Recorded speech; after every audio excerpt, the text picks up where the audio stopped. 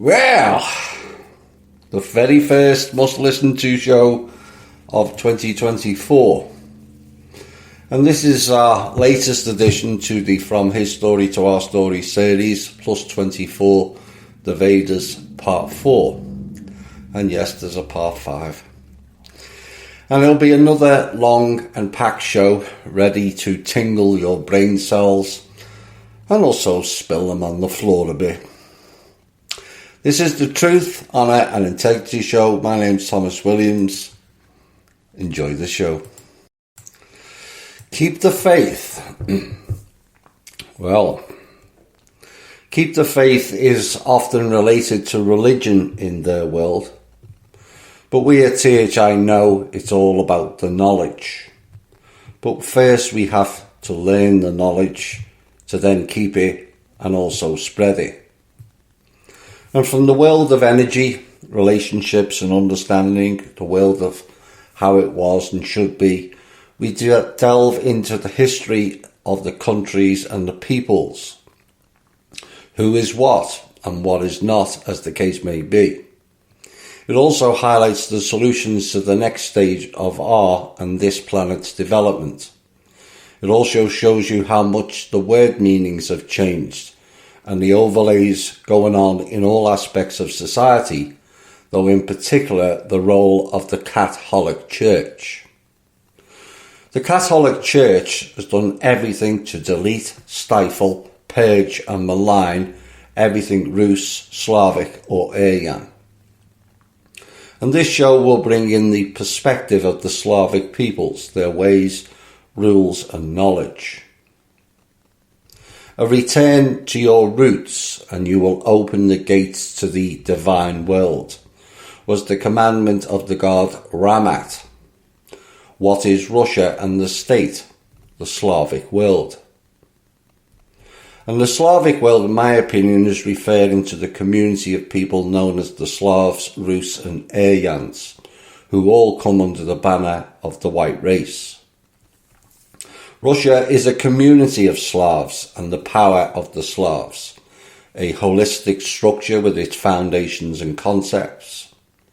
And simply put, Russia is a people who speak the same language.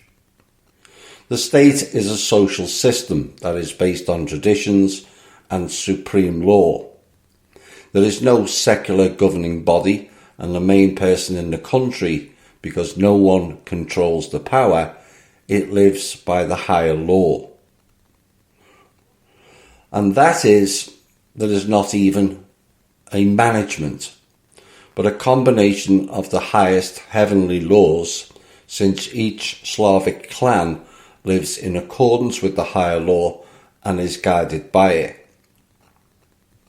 Now the highest law is Rita, or cosmic law. At the heart of the state is the unity of the clans. The power of the power rests on the power of each clan. And prosperity in the clan is prosperity among the people. Prosperity among the people is prosperity in the power, with a capital P. Therefore, every Slav must work for the good of his family. But we had the decline of the state. The Vorogs knew that the power of the power rests on the power of the lineage, and so they began to destroy the ancestral ties from the inside.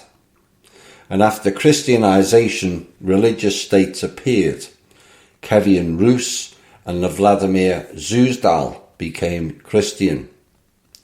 The Novgorod Rus, Polisi, Pomerania were all Slavic. The sovereign principle was preserved there, so the Novgorod land was a united power. But then everything changed in the Novgorod land. The same thing happened in the west, and before the power was on the entire territory of the Great Race, which is the entire northern hemisphere. The revival of the state, Holy Russia. For the revival of the power, it is necessary to strengthen the family and unite. The power is held by the power of the genera, who live accordingly to the commandments of the gods, according to conscience and in harmony with nature. The spirit is strengthened by the right knowledge, which carries with it the right behaviour and with it the right life. And that is the revival of the power cannot come from above at the behest of the Secretary General, the President, or anybody else. At the heart of the power is the power and the unity of the lineage. Therefore, the revival of the power will go from the lineage. And each individual person who is trying to learn the ancient wisdom creates a strong lineage and find those close to him in the spirit in order to preserve it all. All of which sounds like the frequency fence in the village. And this reveals what I've said all along.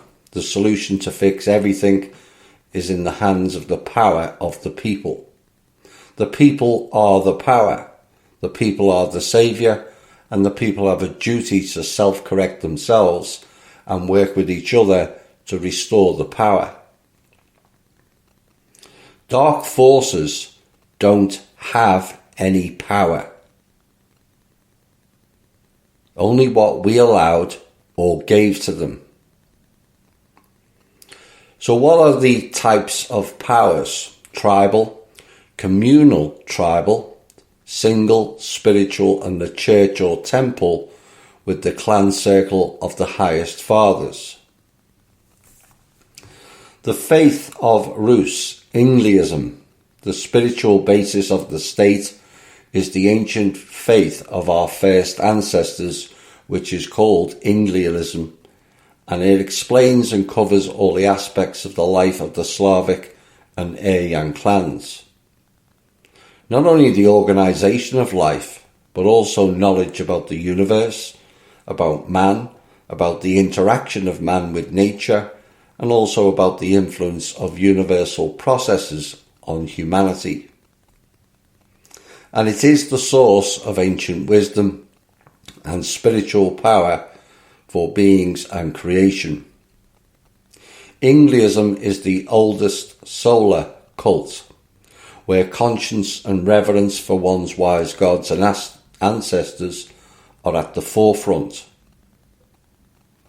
Interesting, they used the term cult back then. It seems yet another of the meanings, traits or characteristics of the white race has been turned into something bad. The worship of the solar being predates the fake Ra and the biblical Jesus, which was a Cyrus horror story, and was celebrated with famous symbols, which was also twisted into something bad. The solar disc, which became the swastika. Now, Inglism carries the harmony of the existence of man and the heavenly gods, the harmony with nature, the harmony in the relationship between man and man. And the great purpose in life of the white man is life itself. Not to turn human life into hell in order to find the most pure svarga after death, but to live in joy and love in the present, creating and not destroying everything around you. The meaning of life is to create for the benefit of one's family, one's fatherland, one's ancient faith, and developing spiritually, to learn the ancient wisdom of one's gods and ancestors. But to do that, one has to understand what is life. Our own piece of what is life preceded me reading these transcripts and developing them into shows. Is that a coincidence? At this point, I suspect not. Remember, the original series of this was called From Russia with Love. Why was I drawn to do that? when I have never even visited that country. And these are the paths of life that are presented to each of us at alarming regularity.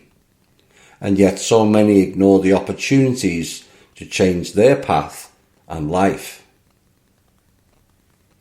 In my early days as a show host, I asked myself, why me? And it eventually gave way to, why not me?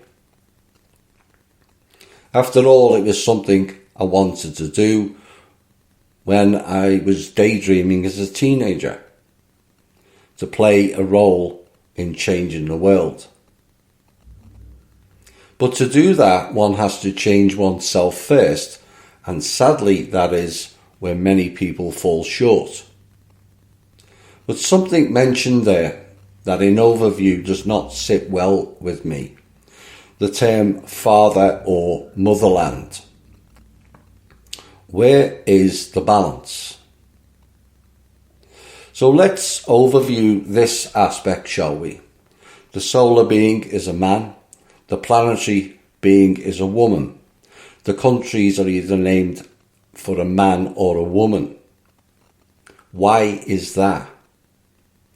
And where is the balance on each level? Why can't we have a solar couple, a planetary couple, and a country couple? Surely that is in more balance and also harmonic. And is that then not defining the divine masculine and feminine, all equal and all in balance? But life is given to man for the comprehensive study of himself as an integral part of the universe, and for the knowledge of the universe as an integral part of himself. And at the same time, a person must learn creative work in order to become a creator, to match his great ancestors and heavenly gods. But that, I warn you, takes great sacrifice of the self to accomplish.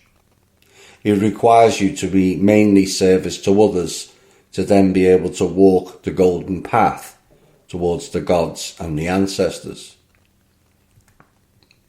And that again sadly is where many people fall short. Chasing fake dreams, shekel chasing, personal glorification of the self, plus status and vanity. None of them are on the golden path tick boxes for higher evolution. But ultimately, that is your choice to make. But I will warn you, you have had more help this lifetime than any other. It may not be as helpful going forward on your path. And the two greatest investments in life, in my opinion, are the birth and teaching of children and the drive towards spiritual development. Too many will not do those two true investments. Not shekel investments, as too few see them as investments is why. But the two are the future of you once you understand life. Right. This next section is all about the peoples. Who are they and where did they settle? The settlement of the West Slavs. Venia is the Slavic name of Europe, and our ancestors, upon settling this territory, did not say Europe but Venia. Venea, the land inhabited by the tillers of the soil. And the whole territory from the east, where Bolivia is located, to Venia, was also called Russia, the land of the race, the land on which the great race settled. And then the Slavic names Rusinia and Reservia, when translated into not dead Latin, turned out to be Ruthenia and subsequently Rus. And here are the names of the clans or the peoples back then. 1. Scandi. 2. Antes and Roses. 3. Bosnia, Rus. 4. Pomeranian and Dana. 5. Bulgars. And 6. Marietses. 7. Vans. Now, there will be maps showing where the peoples were located in the transcript when it's posted on thi-show.com.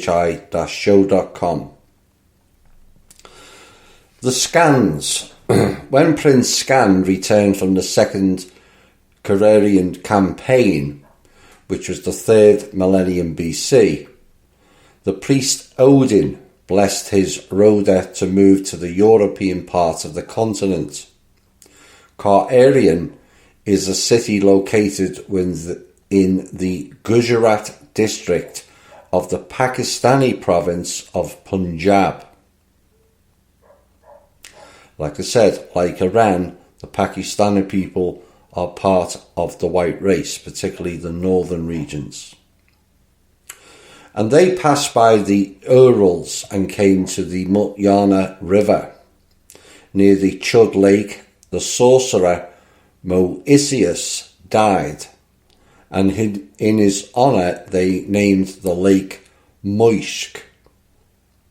Now the river is called Magus, now the Volkhov River, or the river near where the sorcerer died. The Volkhovs we've covered earlier, they're part of the elders, remember, and was mentioned in the Svetlana story. And they were the ancient elders or wise men of the Rus. But after that, the Scandi went further to the north. There they built a new Asgard of Svitjod. And it was one of the tribes of the Swedes, who are and were a Slavic tribe, and they built a new city of the gods. But after a fire, when Byzantine and other merchants brought the plague, the city burned down and a new city of Uppsala was built in its place. How convenient, another false flag fire that was highly prevalent even back then. And it also confirms our earlier piece about the merchants bringing the plague. The merchants were the Khazarians, subsequently the Jews. Now, before his death, Prince Scan said, "My soul will protect this land from raids," and so it was called Scandinavia. Scandia, guarded by the soul, as the Slavs call the soul Navia, from the world of Navi, or Nav. Which is interesting, it's called Navia, from Navi and related to the soul, with the power transferring from the land to the sea and maritime law. Does that provide another of their overlays? Navi became navy and had loads of soul dyers in it. Now the sorcerer Moisius has nothing to do with Judeo-Christianity. The Jews had Moshe or Moish, but there was no Moses. This was a Russification of a foreign word. The sorcerer Moisius used to go to the territory of the present-day Scandinavia, made sure that the glacier was gone, and then brought the Scans to go there. And so the biblical Moses is a fake, and like the Indian texts, an overlay of the Rus Aryan story. Now remember, their Moses is depicted in a statue with horns on his head, meaning he was not our type of human. Moses is a title. That's all. The next people are the Antes and Jews. In the 16th millennium BC, the Antes conquered a large island in the Atlantic Ocean, which they called Antlan, the land of the Antes, the Greek Atlantis. And after the sinking of Antlan, the Antes moved to the north of the African continent and created the Empire of Tekem. Now, Tekem was known as the Black Land, or the Land of the Blacks, or Scorched Earth under the scorching sun, and established their cities there in southern Mediterranean. Now, the Greeks called these white people the Cimmerians, the Antes living in Cimmeria. And after a great drought, when many crops were destroyed, the Antes moved to the northwest of the Black Sea and lived next to the Rus or Rus tribe. Now, the land of the Roses was to the east, where Kiev and Perezlev were, and the Antes lived to the west of the Danube. Then they had a joint state of Kievan Rus or Rus, but its territory was only up to Chernigov, and then the territory of God's Rus began. Now, the original Ukrainians are the descendants of the Ants and Roses, and Ukraine was later taken over by the Sarmatians, known as the Lizard people. And these people, the Ants or Antes, are not to be mistaken with the ant people. They came from the insect realms, but had added the more human genome to their DNA. Now, Roses, of course, was something else overlaid by Anu, as that was said to be his symbol. Now, Anu, for those new, was the reptile king of the Draco, and more commonly known as the Lord in the Bible. God's Rus is the next section. God's Rus was Smolensk, Minsk, Lithuania, and Poland. All this belonged to God's Rus known as Borussia. Also in Latvia along the Daugava, the Volga, and further to Peshora was Slavia or the Novgorod lands. Novgorod was called by the Scandinavians Gardarica, meaning the country of cities or settlements with fortress walls. Now, after that, the empty western lands began to be inhabited by the tribes of the Red Rus or Chervony Rus. The Red Rus, when it appeared, reached the Vistula and the Niemen and divided God's Rus into two. The eastern became White Rus, now Belarus, and the western became God's Rus or Baruch. Now, the Red Rus are the tribes of the Roses, a warrior class and therefore red, who separated and followed their prince to develop the desert lands. Slavia, because the capital of the city was Slavensk, was built by Prince Slovan, and in the summer of 3113, the Grand Duke Slovene built a city and named it Slavensk, and by his name on the Mutnaya River, now known as the Volkhov River, and on the shore of the Moscone River. And subsequently, in honour of Prince Slovan's sister Ilma, the lake was renamed Ilma, then changed to Ilma, and then Ilmen Lake. The War of the Roses is a big story in Britain between the red and white rose groups, and one wonders whether this was related to the Rus.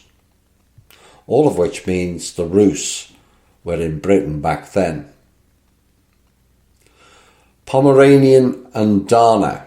Along the shores of the Varangian and White Seas, the Russian tribes also settled, which were called Pomer Rus or Pomorians, because our ancestors abbreviated the names. Pomer Rus then turned into Prussia, and it went along the Baltic and west to Denmark, where the Danes lived. They were also part of the Russian territories. And this brings up an intriguing question based on information within a past show, where we showed or questioned whether the Danes were the Dans, hence the tribe of Dan. And we also questioned as to why Denmark owns Greenland. But with the piece stating the Danes were part of the Russian territory called Dana, is the tribe of Dan a white race name and peoples? Or was the Jewish tribe of Dan an overlay of the Russian Danas or Danes? If it was the former Rus, it will explain the Greenland issue being owned by them. Now, I'm led to believe Greenland is not one single island. It is two islands deliberately iced over to form a bridge, and the northern part was once part of the Arya. Bulgars are next. To the east of God's Rus was the Volga, Bulgaria, and when Khazaria went east along the Volga to Bulgaria, part of the Bulgar clans did not want to submit to Khazaria. Now, I presume Khazaria was named after the Khazarians. So Khan Asparuk took them and they moved to the Danube, built their cities there and still live there. This is Bulgaria.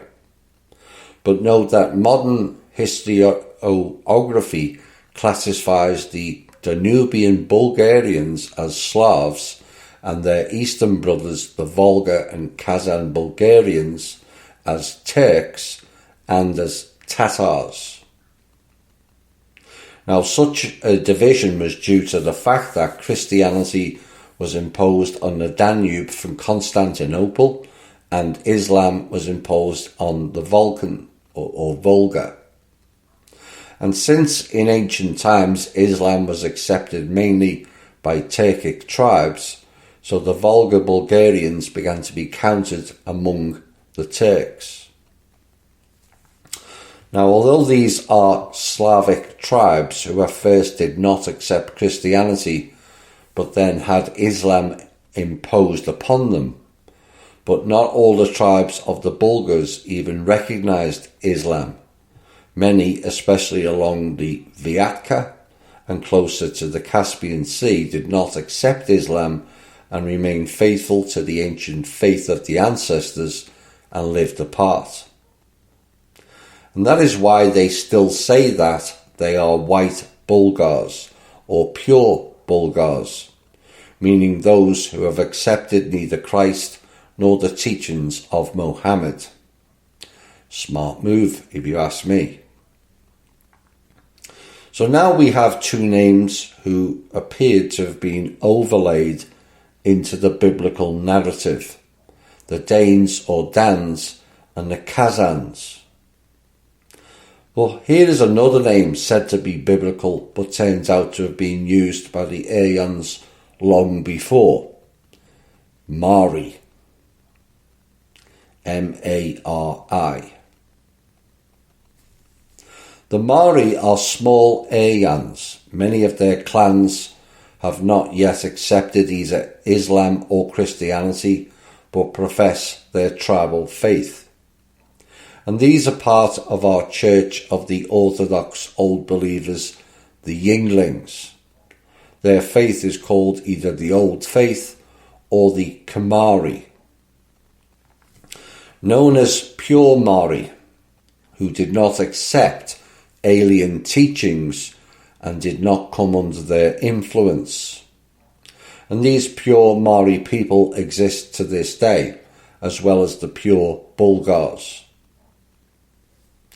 Alien teachings? All of which confirms that all religions were an off-world creation. Like I've said many times, it is their story and book, not ours.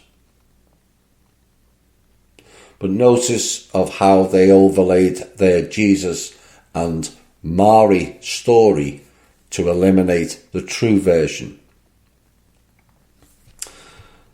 The next peoples are the Vans. Between the Caspian Sea and the Black Sea there was Great Scythia. This is the territory of the present Krasnodar territory, the Stavropol territory, Rostov-on-Don, along the northern Donetsk to Dnieper, and this is Tver, now Crimea.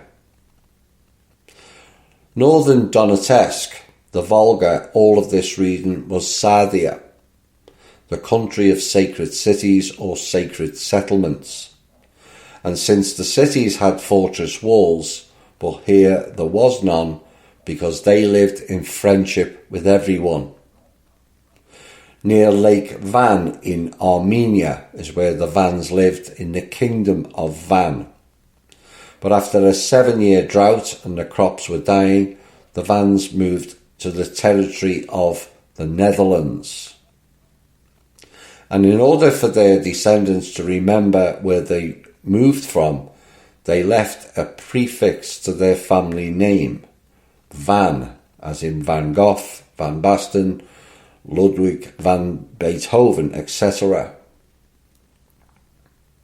Now, his story says there is no such thing.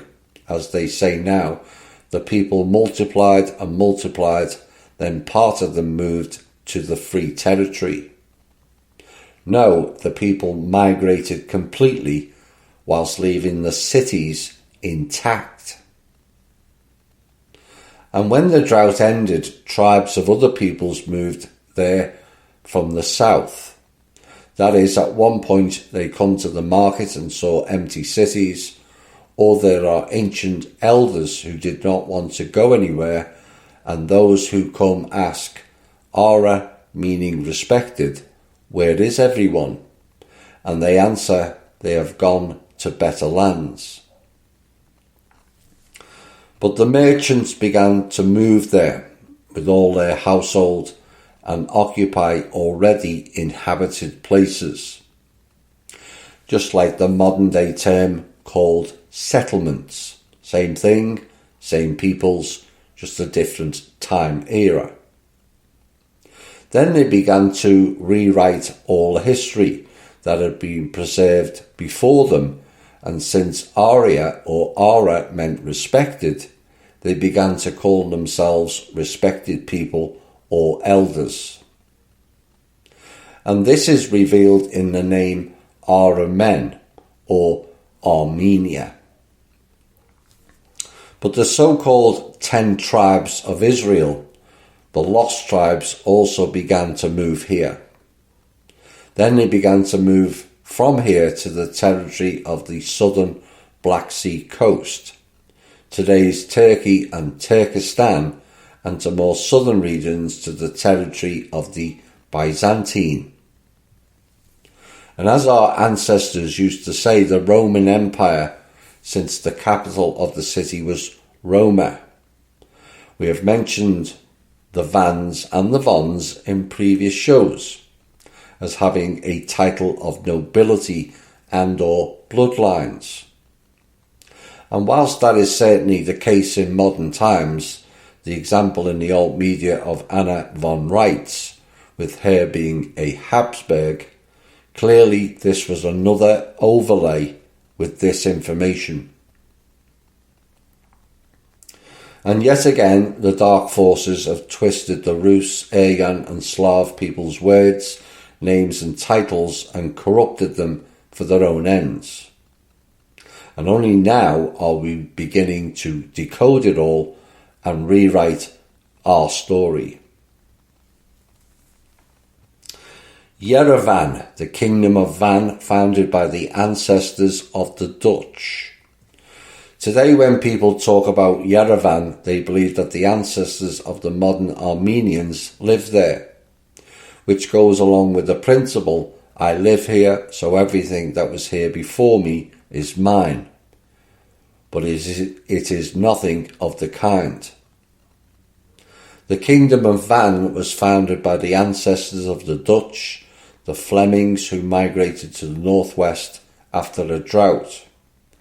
And in order for their descendants to remember where they came from, they added the prefix Van to the family name, which indicates they came from Lake Van or the Kingdom of Van.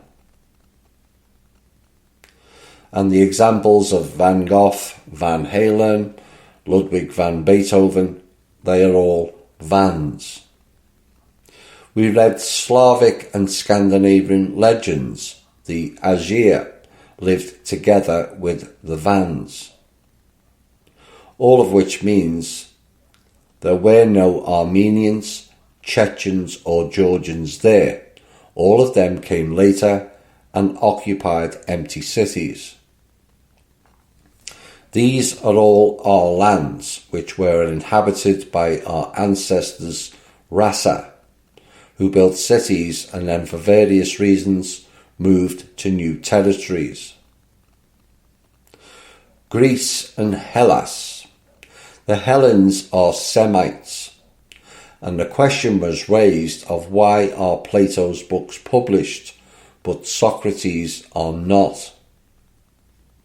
Because Socrates had a lot of clever sayings, and that's why the Greeks poisoned him. Socrates even distinguished between the concepts of Greece and Hellas. The concept of hell, with a single L, was in the old Slavic and Scandinavian languages. From the Scandinavian, the Vikings brought it to the English and Scottish language. Hell with a single L, hell with a double L, and hell with a double L with an E on the end. Hell and hell, meaning those who came from hell. And there were two states, Hellas with its capital Athens, where there was a slave-owning system. Greece with the capital of Sparta, where there was a war communism, where the military ruled.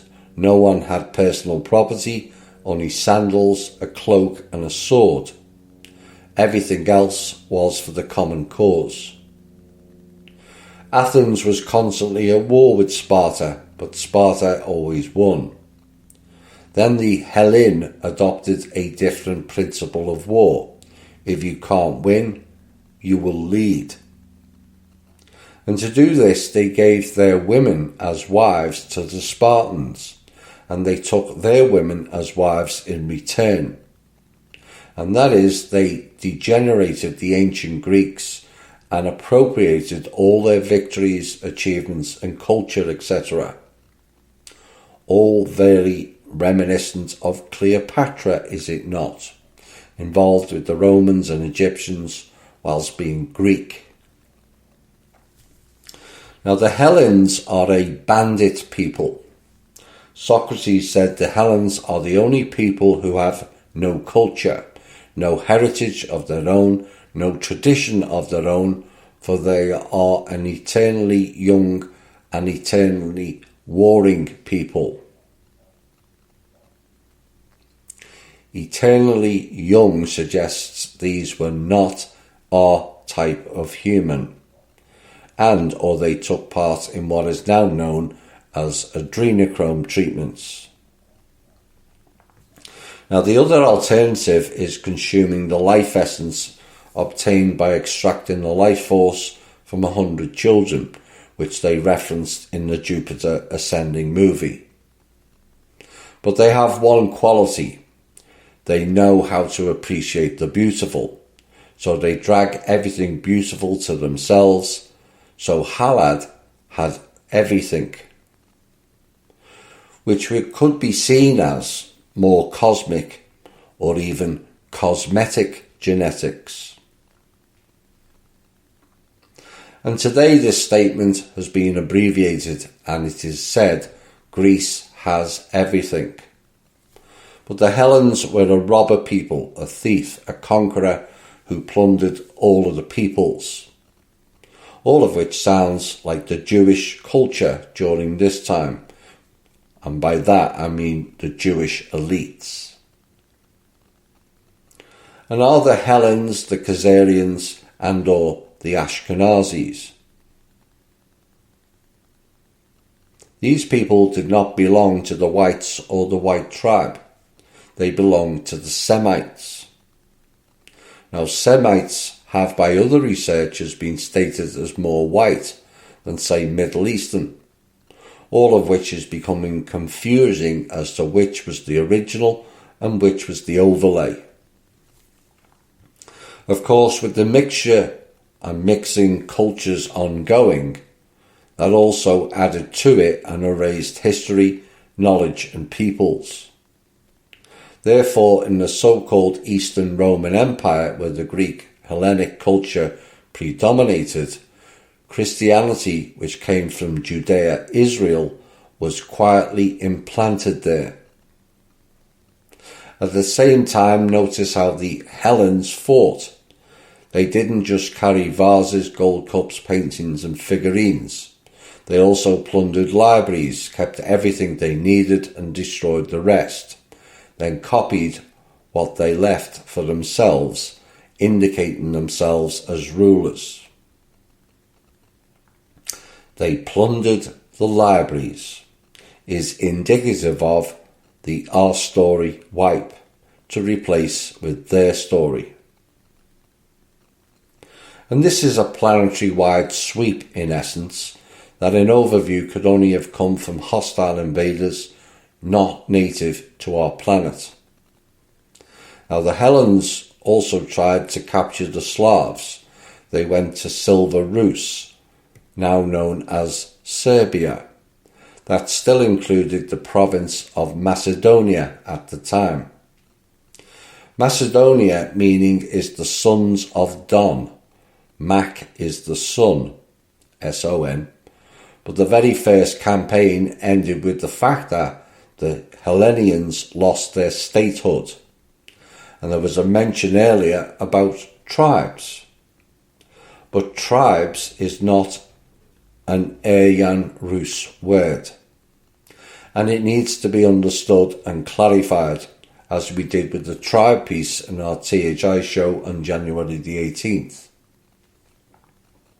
Tribes are only the Hebrews and their biblical overwrite story. The Rus, Aryan Slavs were all called clans. Now clans, according to etymology, started in the 1500s. No, that was the overlay. The term village derives from the root word of clan. Hope is the avenue of the light. Has a whole different meaning now. This next piece is interesting, as we have debated calendars within our shows several times. And my belief is they are off-world calendars, based upon the race of each humanoid or otherwise.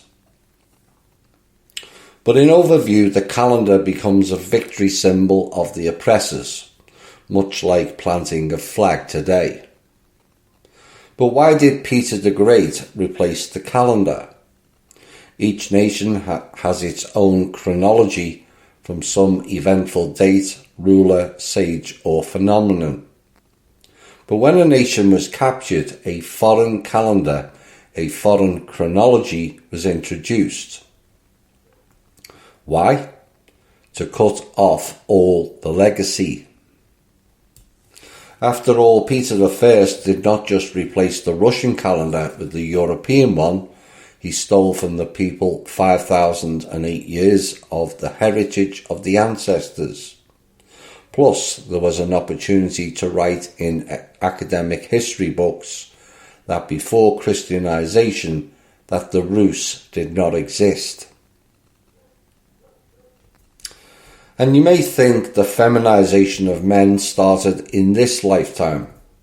No, it began some time back, as this piece reveals. After Peter the Great's reform, the heritage disappeared, and in addition, all the noblemen known as boyari, the ancient clans, were massacred. Thus, a squishy new elite emerged. As in recent history, the communists were removed from power and a new squishy dead elite came in, the blue boys and the pink girls.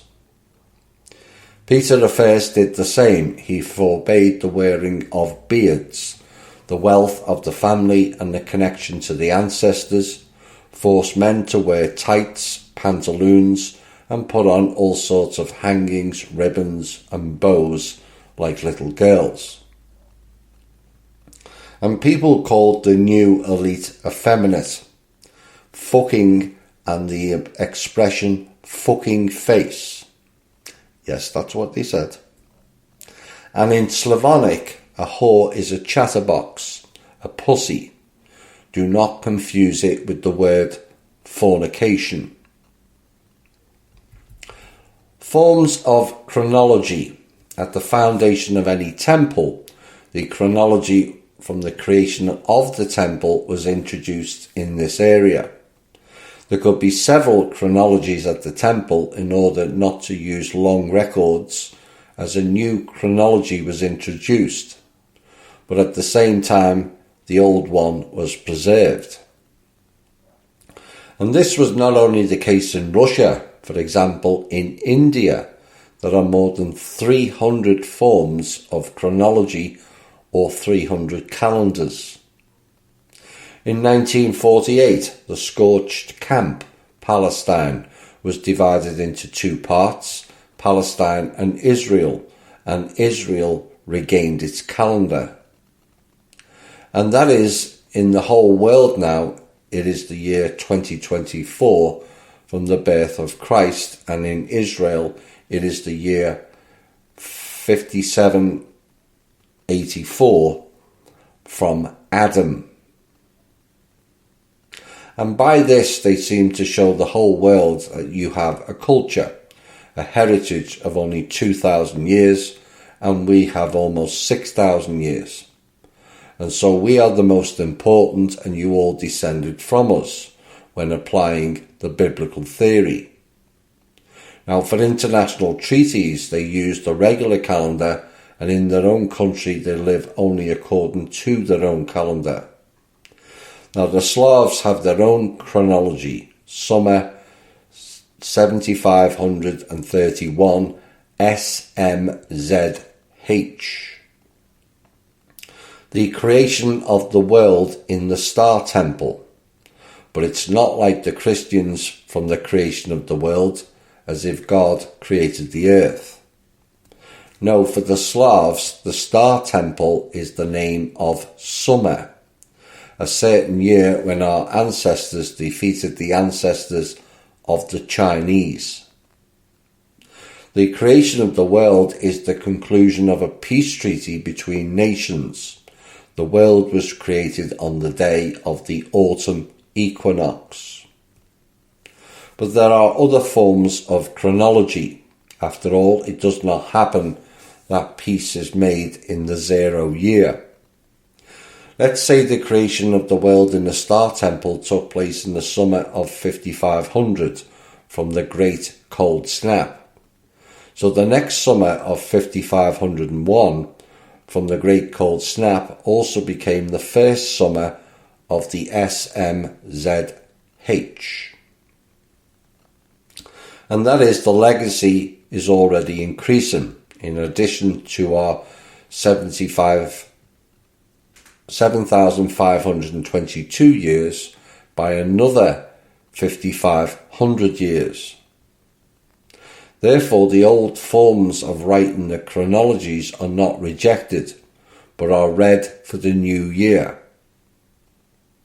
The summer of 7522 from the SMZH is also the summer of 13,022 from the Great Cold Snap, the Ice Age.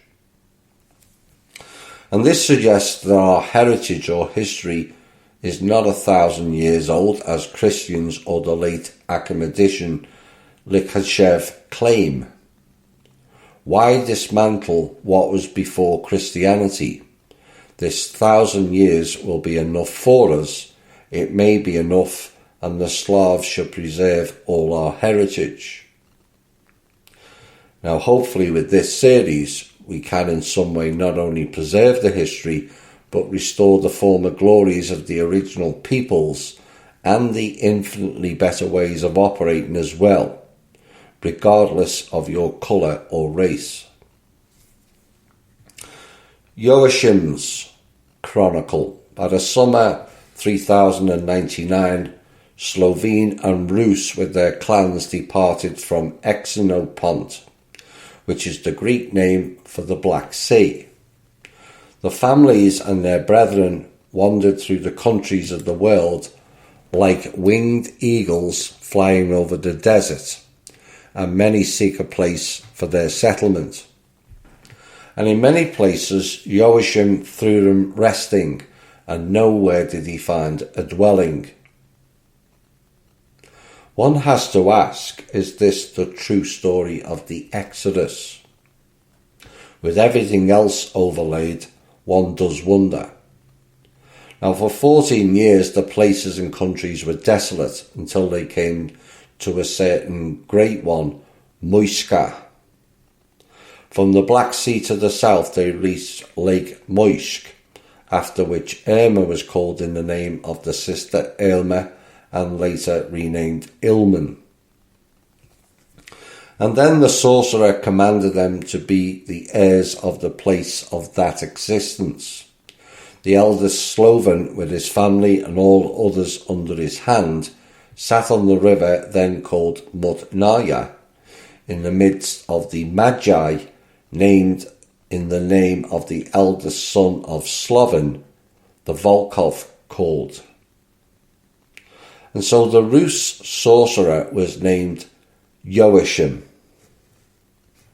What a coincidence that the Masons, which is part of this Egyptian Jewish cult, used that name with Boaz.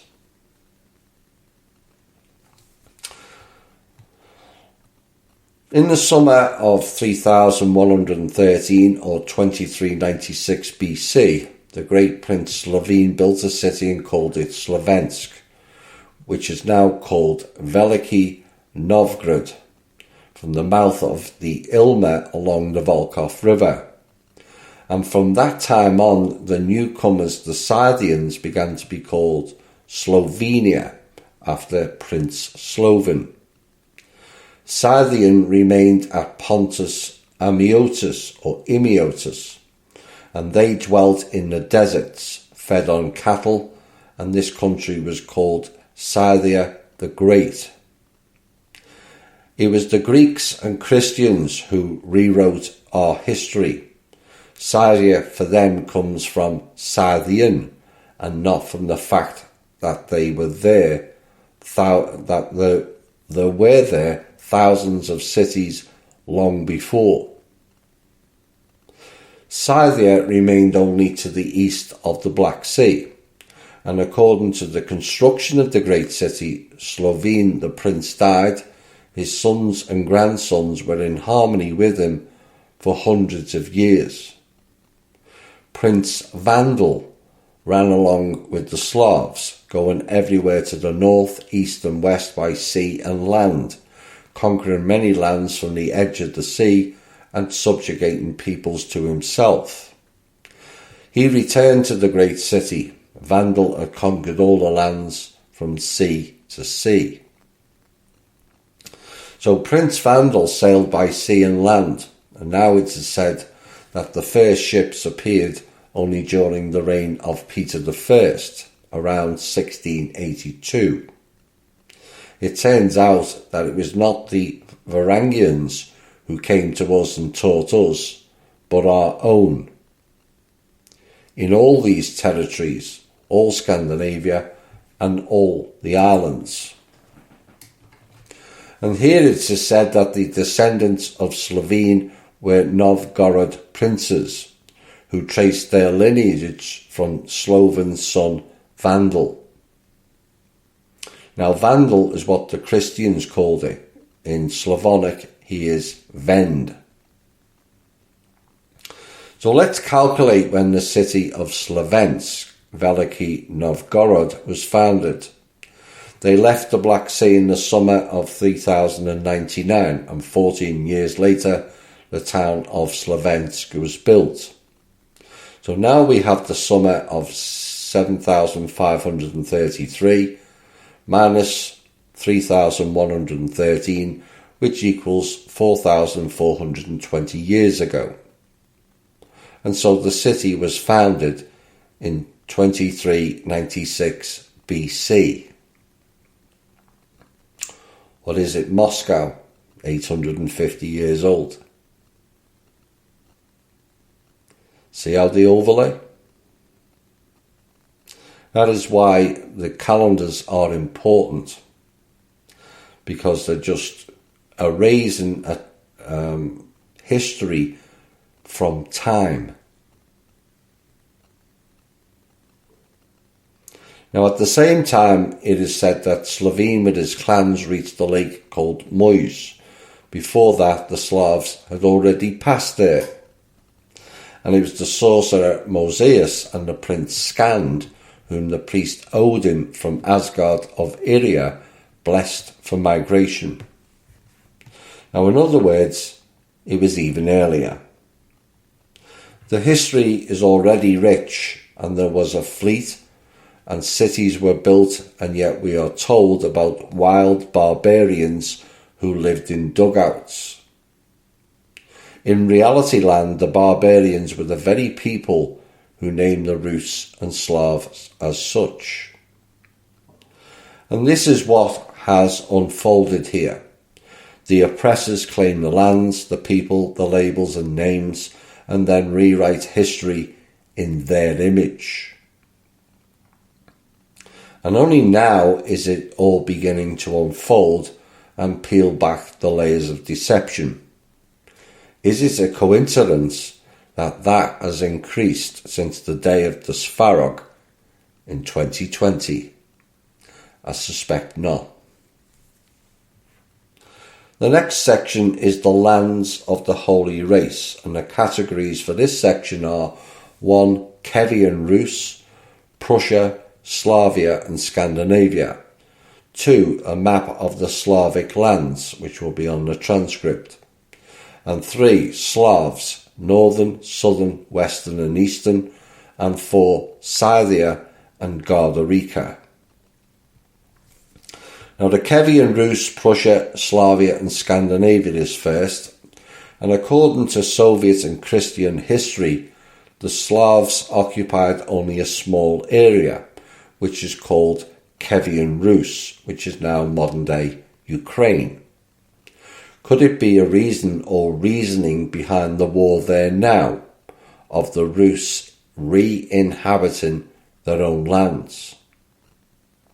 Could it be a coincidence that it is coming at a time when they said the Rus gods are said to be returning? Remember Putin, or whoever he is these days, said, Ukraine is not the end, only the beginning, as we are pushing west. Now, Kievan Rus only appeared in the times of Christianization.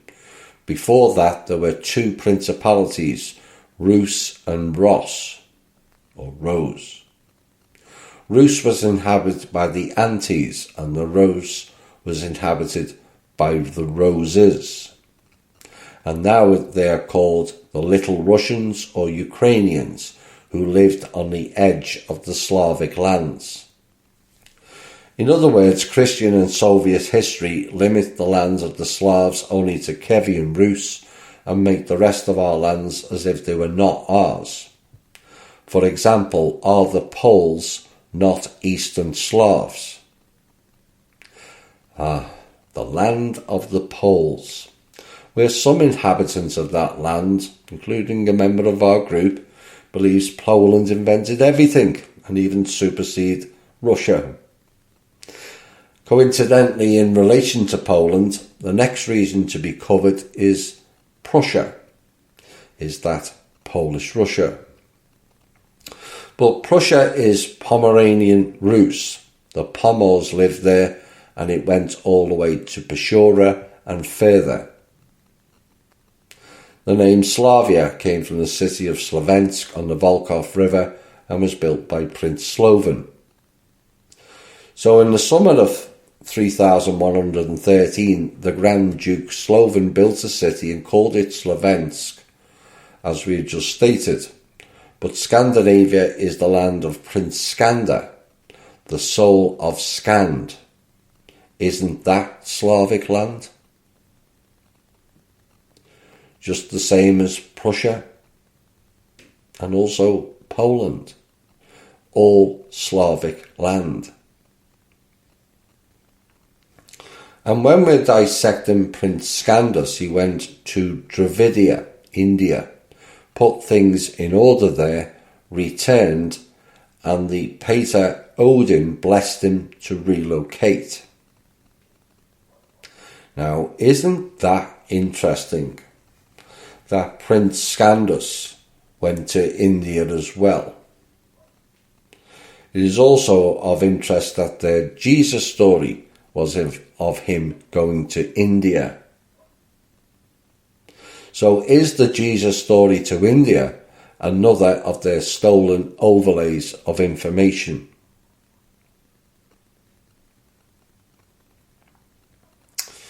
And he was led by a sorcerer named Moisk, or as he's also called, Mosai. And when he reached the lake, the sorcerer died and the lake was named in his honour. And so in the Chronicles it is written, the river of the Magus flows into the Jezero of the Mois in honour of the sorcerer Moses or Moisk. But of course Prince Skand went further and they built the Asgard of Svitjod. And the name comes from Svi and the bringing in the light of Odin. And when the prince was dying, he was asked, "Shall we leave this cold land?" He answered, "No, my soul will guard this land." And in Slavonic, as we have said, the soul of the deceased is Navia. And so the land, which is patronised by the soul of the Slavic prince Skand, is then called Scandinavia. So there is a map of Slavic lands, a map of Russia and the adjacent of 1594 that was compiled by Gerardus Mercator. The map was first published in Duisburg in 1595 in the Mercator Atlas. And on the map we see that even in the 16th century the European Mercator recognised that the Russian lands were the whole of Scandinavia, Denmark, Poland, Ukraine, Bessarabia to Istanbul. Everything belonged to Russia, to the Riparian Mountains or the Urals. These were all the Russian lands. There is the Ob, the Irtish and the eastern side of the territory of Lukomorye. Also marked on this map in the southeast is a large area, the Saya Pars, meaning the territory of the Azir. Azir was also the name of the god's realm, remember, for Odin, Thor and company. Further on, the Tartareia Pars, meaning the territory of Tartary, plus the Germania Pars, or the German territories. all beyond the Urals to the Great Tartary. But many people translate it incorrectly as Tatars. The Tat-Aryans are the Aryan enemies. Another overlay, as they registered us as Tatars. Although in fact Tatari is a derivative of two names, the god Taha and the goddess Tara, symbolising Tartary. This next section is about a map from 1754, a French one, and again it will be included in the transcripts. But Russia is not even indicated, but just a large area from the Urals, the Grand Tartary, meaning the Great Tartary. Which is not a surprise really, since France has been ran by the Jewish elites since at least the 400s. Now the two protectorates are indicated in pink, Armenia, aka China or Chine, and Persia, where the sons of Perun lived, as well as the northern, central and eastern India. Therefore, for Europeans, these lands were far away. A border was established for the Arim, and they were forbidden to cross beyond this border. This is the Great Fence, or the Great Wall of China, or Kai Tai. Kai means fence and Tai means great. A border was established for the Arim and they were forbidden to cross beyond this border, which means that wall was built by the Rus, not China, and subsequently the real name is the Great Wall of the Rus. Arim is relating to China, and they were forbidden. Why would China build a wall to forbid their own people from crossing it? Now, other maps have been preserved, confirming that these were all our ancestral territories. In other words, the entire northern hemisphere belonged to the white peoples, which is most of the world's landmass.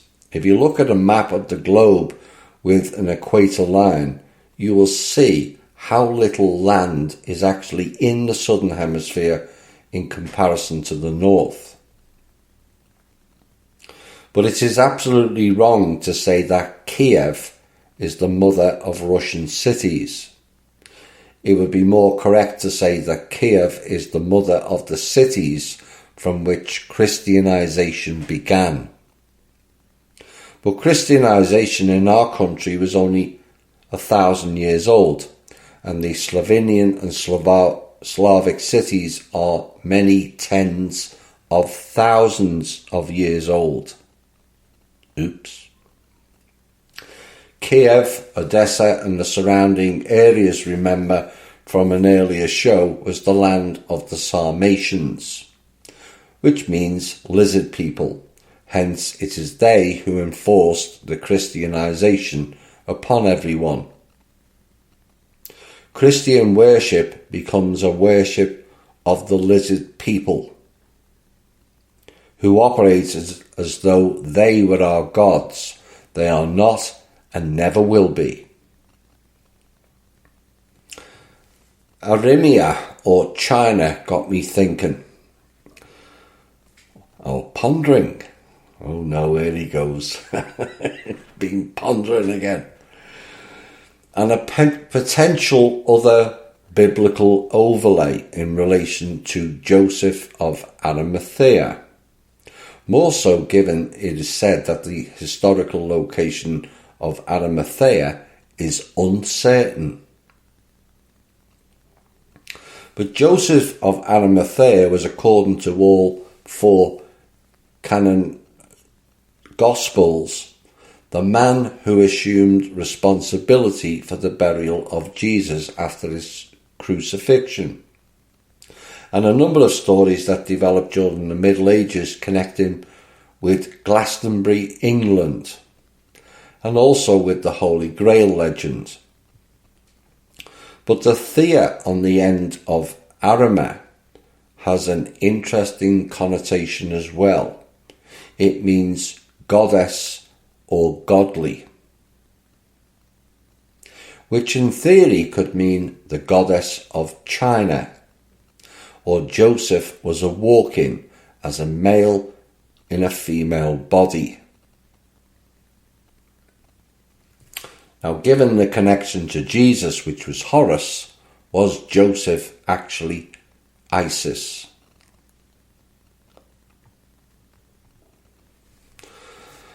So the Slavs, northern, southern, western and eastern is the next section. Scandinavia, Prussia, etc. are the northern Slavs. Yugoslavia and Turkey, South Slavs. Europe up to the British Isles, the West Slavs, and further to the east are the Eastern Slavs. Note that now the Northern Slavs are not mentioned at all. Scandinavia and Prussia. I would note further that the original white countries are not mentioned at all these days. Now ask yourself, why is that? Who gains from it and why? And who and why would you wish to erase the entire history of just one race? Now the obvious is those who have and are doing so wants to eliminate all traces of that race, whether it's history, its people, land or culture. And the gain for those doing it is they overlay those people, harvest them in their lands for a control-based purpose only. The race they wish to eliminate, which they have said in their own words, is the white race. And those doing it are the enemies of the white race, originally known as the Koshis, now known as the Jews. But even their own book told us of an allegory, those that say they are Jews but they are not. They are the synagogue of Satan. Now, Italy was the territory of the Etruscans, or the Russian ethnos, or as they called themselves, the Racines. But the Greeks and Hellenes called them in their own way Tyrrhenians, or tyrants. Because as soon as they come to steal cattle, they will immediately get a slap on the neck and everything is tyrannical and offends. In addition, the Greeks like to fight with another Slavic tribe, the Antes, or the Atlanteans as the Greek called them. In Plato's Critias and others, with whom the Greeks are at war, with the Antes or Atlanteans. And that is now written about the Atlanteans in books, that they were about 100 meters tall, etc. It is all fiction. The story is different. Names of the seas. The Black Sea was called the Russian Sea, and it was not divided into the Sea of Azov, which just happens to be the name of the Nazi battalion in Ukraine. There was one sea, but now the coastline has changed. Where there is the White Sea, there we already have the frozen ocean. The White Sea is just north of Russia. It is now cold because of the tilt of the Earth's axis. Before, these seas were actually warm. Now, after the tilt and the flood, there was a cooling due to the fact that the atmosphere was closed and the water there cooled. Therefore, the water became cold. And all this shows is that the story was actually somewhat different from what it is presented to us. The atmosphere was closed intrigued me. How can the atmosphere close? Was it due to another moon getting close and dropping its ice due to the friction of the moon coming into our atmosphere and melting, hence the water and the flood? The Baltic Sea is recorded by our ancestors as the Slovenian Sea, but later the Greeks and Europeans called it the Baltic Scythian because our fleet sailed there. Although the Caspian Sea was the Scythian Sea and later the Karliensk Sea. Scythia and Gardarica are next. Scythia, Hermitage, is the country of sacred cities, occupies the Rostov region, the Krasnodar region, the Stavropol territory, Adygea, the entire Caucasus, and the territory on the other side of the Caucasus. Now, Scythia is where we have Lake Van, the so-called Kingdom of Van, and note that in the south of Kingdom of Van, Scythia bordered on the territory of the Aegea, the realm of the Norse gods. Scandinavian legends report that sometimes there were conflicts between the Aegea and the Vanir, but then they exchanged representatives. But some of them transferred over as they exchanged hostages, which is absolutely wrong. Imagine who will appoint hostages as princes, high priests and rulers. Could this be the case?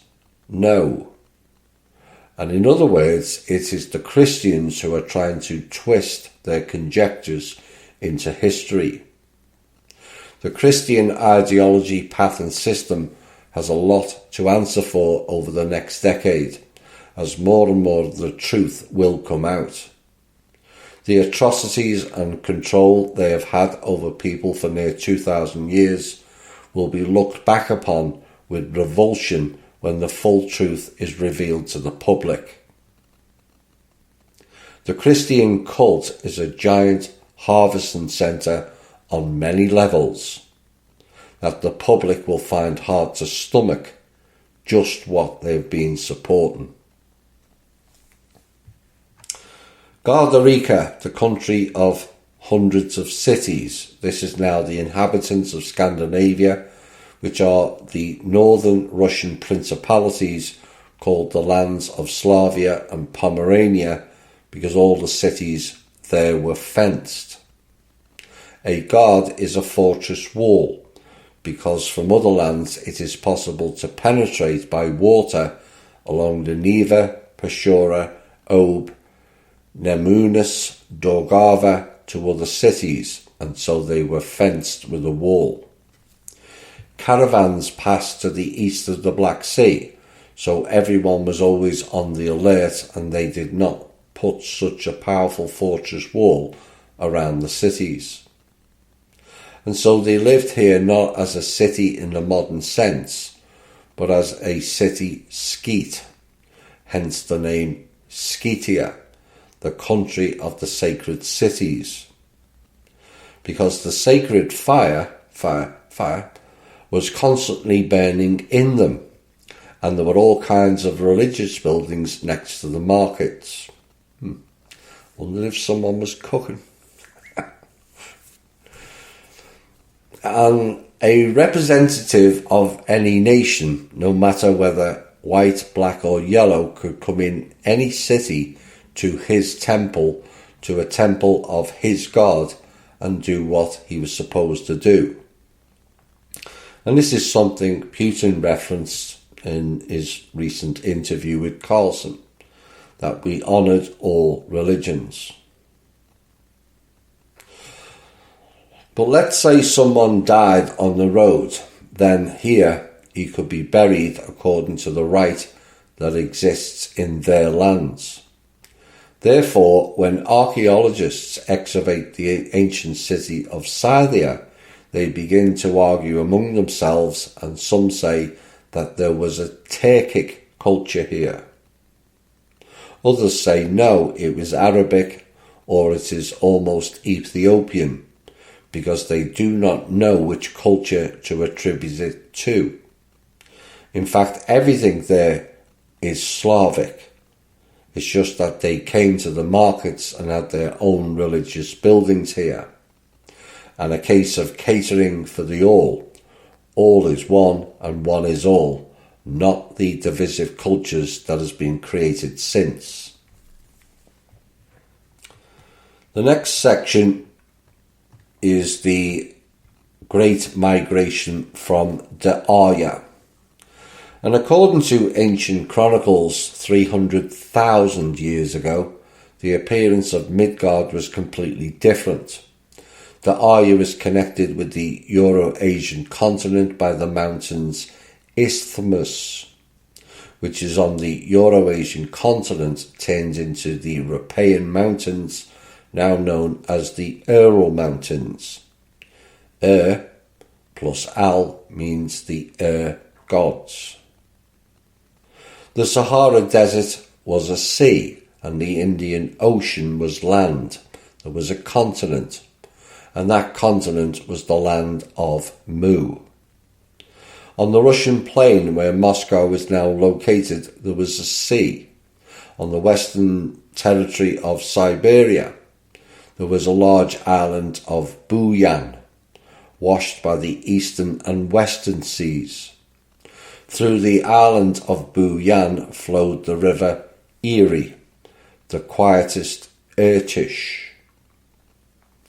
The peninsulas of Sakhalin and Korea, as well as the Japanese islands, did not exist because they were a continuation of the Euro-Asian continent, which is an interesting in the theory I put forward of America was separate, 4 separate pieces of land, and the continent of Lemuria was split in 2.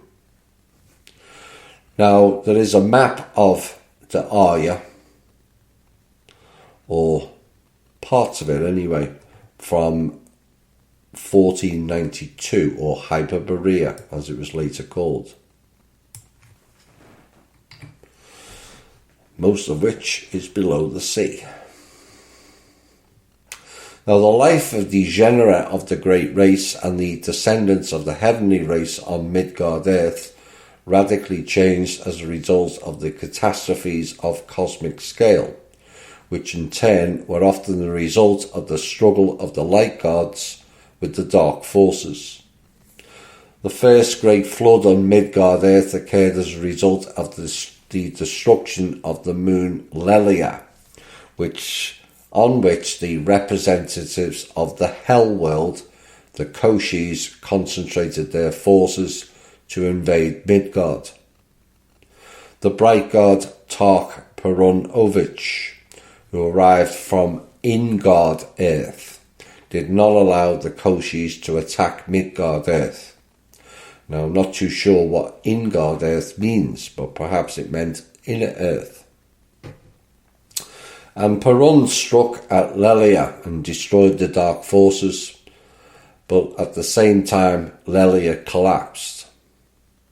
Now, there were 50 seas on Lelia, and salt waters and fragments of the destroyed moon fell on Midgard. The Arya disappeared under the waters of the great flood. Now, the blows of the fragments shifted the axis of Midgard Earth, which began pendulum-like movements. Now, the Arya then descended into the ocean, then rose from the ocean, but in the end, the sacred ancestral home of the Slavic Aryan peoples went under the waters of the Arctic Ocean. Now, some high-altitude parts of the Arya remained on the surface. These are modern-day Greenland, Franz Josef Land, and other islands. However, the descendants of the genera of the great race did not die with the Arya. people were warned by the grand priest named Fhstos about the up-and-coming heavenly battle and the death of Da'aya, and they had begun their resettlement of the Euro-Asian continent in advance, and 15 evictions from Da'aya were organised. So for 15 years our ancestors moved along the Ural Mountains between the East and West Seas to the Euro-Asian continent. And at 111,820 years ago, there was a complete migration from Da'aya. And some of the Rasics escaped by climbing into low Earth orbit on the Whitemans, or the Vitmaras. And others moved through the gate of the interworlds to the bear's abode into the possession of the Da'aryans. I would suggest that was the Crystal Needles pathway to travel to Ursa Major and also Minor. Now the main part of our ancestors remained to settle in a new territory of Midgard Earth around the Urals and Siberia, where there was then a subtropical climate. And our first ancestors recorded the events that took place during their life in Da'aya and counted down the time from these events. Thus, the connection of times and events was preserved for many hundreds of thousands of years. And after the resettlement, the new chronology began from the Great Migration from Da'aya. And in honour of the salvation from the Great Flood on the 16th summer of the holiday of Easter was established, which in translation from the H-Aryan Karuna means the path of the ace walking Etim, which means the path along which the gods walked. That walk is the golden path. Our ancestors glorified the heavenly race for salvation from the flood, and in memory of this event there was a rite to hit painted eggs against each other on the great spring Slavic Aryan holiday of Easter. And this rite reminds us of the victory of Dazdabog Tarok over the Koshis. The broken egg is called the Koshi egg, which reminds of the destroyed moon Lelia, and the whole egg is called the power of dark Dazdabog. Easter was overlaid with Astara and pagan worship. Paganism was Christianized, and Christianity is from the Hebrew Anunnaki, like all of the religions.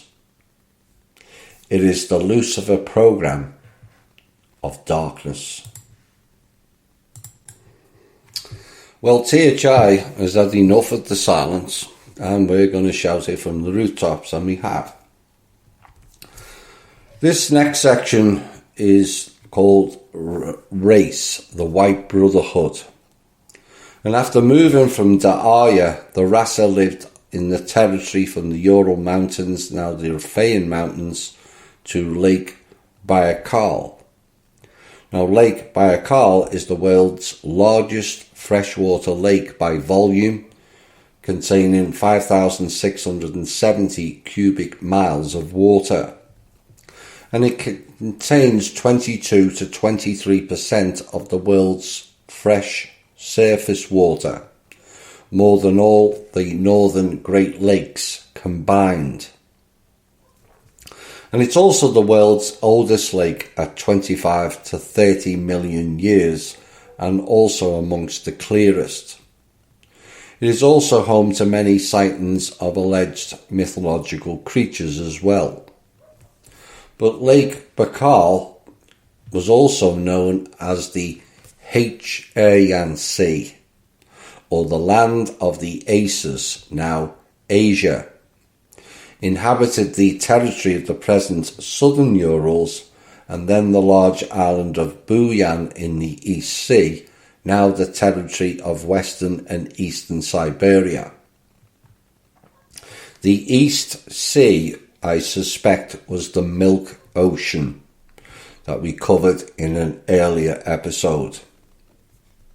But both the Aryan peoples, the Aryan and H-Aryan, plus the Slavic peoples of Racine and Civiatoris, lived together on the same territory. They lived in peace, ennobling the land, planting gardens and forests, creating together majestic temples and cities. And the clans of the great race helped each other in a fraternal way, hence the concept of the White Brotherhood, because in all creative deeds, conscience and pure thoughts were the measure of everything. And that is a concept that is badly lost and missing in the modern day age. Yet over time they say there are advancements, yes, in technology, but clearly not amongst the people. And this brotherhood not only had pure thoughts, but also white skin, and this is a philosophical unity of form and content. Now, the race settled throughout the so-called now Euro-Asian space, and our ancestors called this space Racenia, the territory on which the race settled. The Latins wrote Racenia, also translated at times as Russenia, but then it went to Ruthenia and then Rus. But in everyday life appeared Silver Russia, Serbia, Red Russia, Pomeranian Russia, which is Prussia, Bozhizskaya Rus, Barus. But when the Red Rus divided into swamps, the eastern Boris, now called Belarus, and the western one is called Borussia. Now, Borussia is now the name of a German football teams of Dortmund and Mönchengladbach, which came from the Latin name for Prussia. The symbols of Russia, the swastika, we're going to cover next. The solar or swastika symbols are a cross with curved ends pointing clockwise and sometimes counterclockwise. And today all such symbols are called swastika in one word, which is fundamentally wrong since each swastika symbol has its own name, amulet power and figurative meaning. Solar symbols were depicted on Slavic clothes, household utensils, banners, weapons, houses and temples as a sign of light, sun, life and prosperity.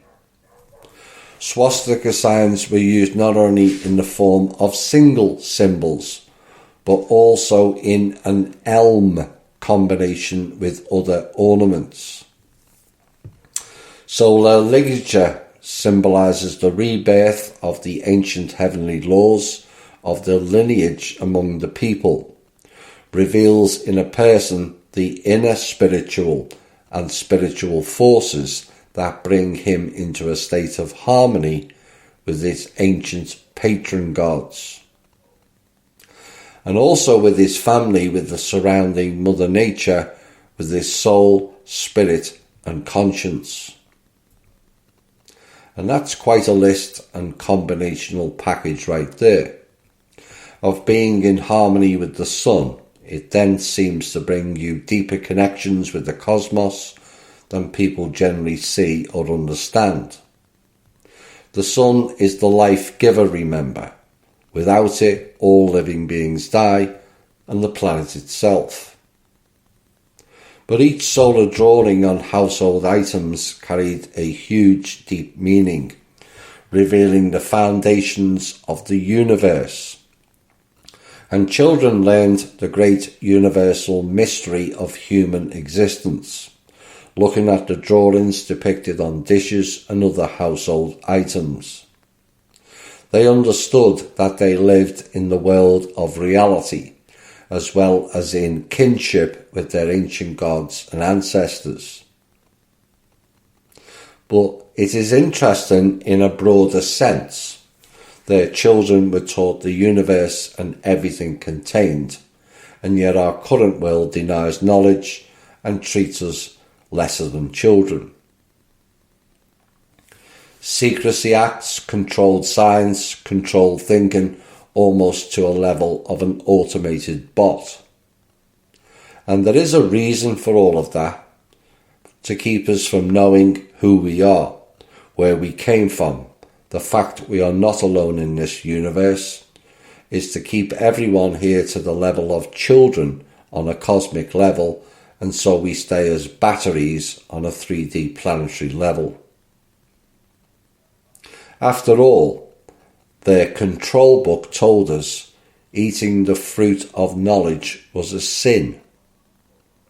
And yet, ironically, the God of knowledge is called sin. But sin has a different meaning to the Roman cult church in another of their classic mistranslations, all designed to confuse the people. And the simple solution for all who wish to not be used as batteries here is deny the church and consume as much knowledge as you can whilst developing on a soul level. The gods of Russia. Our gods are our fathers and we are their children. The Slavs call their earthly parents and ancestors gods because they created us in their image.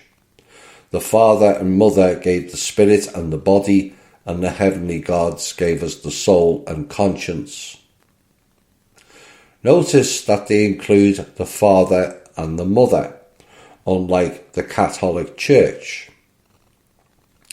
Now, the Slavs call the Almighty Ra-Maha is the unknowable supreme essence. The world of the gods is called Prav, or the world of Pravi. And this is not a separate earth where all the gods have gathered and live in one place, but spaces with many earths that are under the control of the forces of light. And the gods supporting the universe is the light side of the universe, the light laws that are established above all other light worlds. We are Slavs, for we praise from our pure heart all the bright ancient gods and our holy wise ancestors. Race, Ace clans, Ace country and white people. Rasa, the holy race or great race, are people with white skin colour who come from 4 ancient clans, the Aryans, H-Aryans, Rasen and Sivataurus.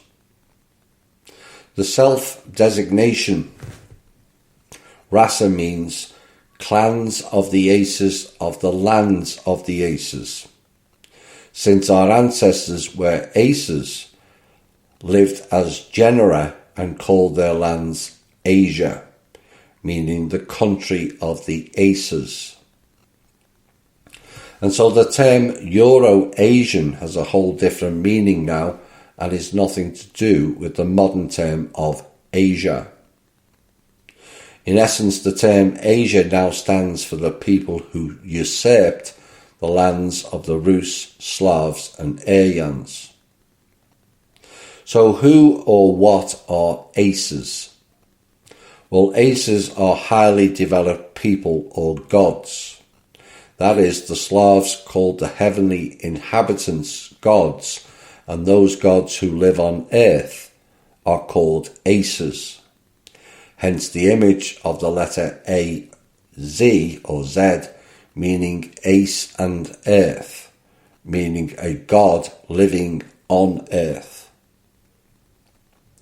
Now, for those who are new, a god is a person who has developed themselves on a planetary soul level and beyond.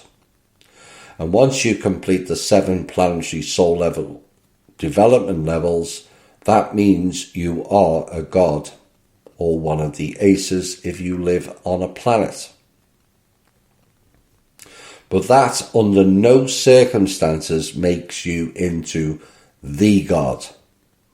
That is ego, and you will fall like the fallen angels per se. Our country, they say, is called Asiyah, A-S-I-Y-A, as the country of the aces. Since our ancestors lived in clans, the abbreviation Rasa was obtained, the genera of the aces of the country of the aces. Therefore the name race, all capital letters, refers only to the people with white skin. There can be no black race, yellow race, etc., as other peoples had their own names.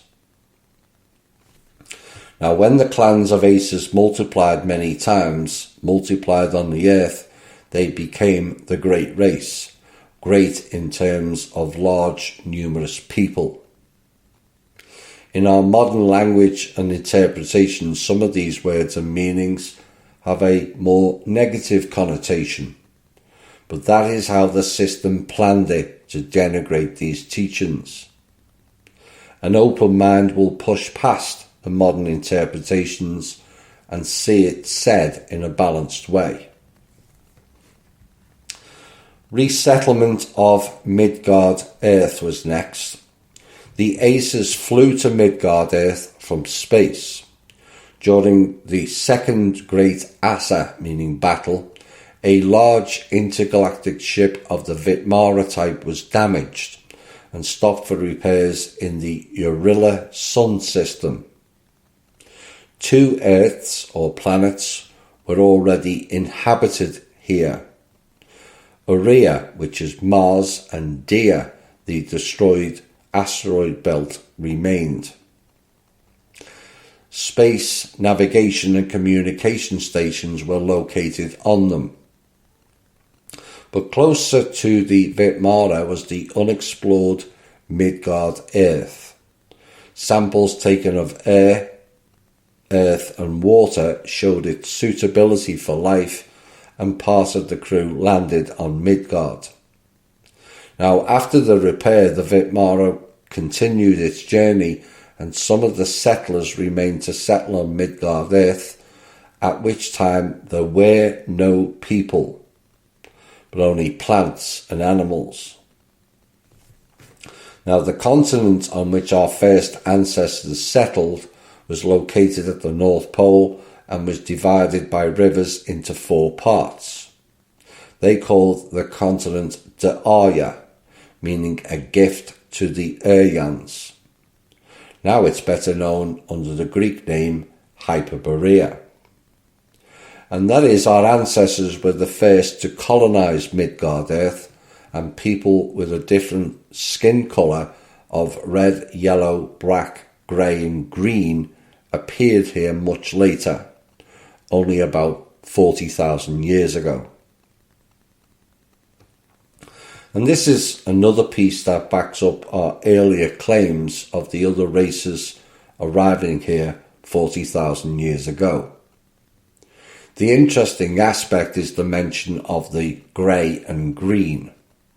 That will be the alien greys and or the sub-greys, now known as the Jews, and the green will be one of the reptile races. And as uncomfortable and groundbreaking as that may sound to all who hear or read this outside of THI, they are the facts. And why in so many sci-fi movies and shows are those 2 species shown the most? Because they are telling you is why.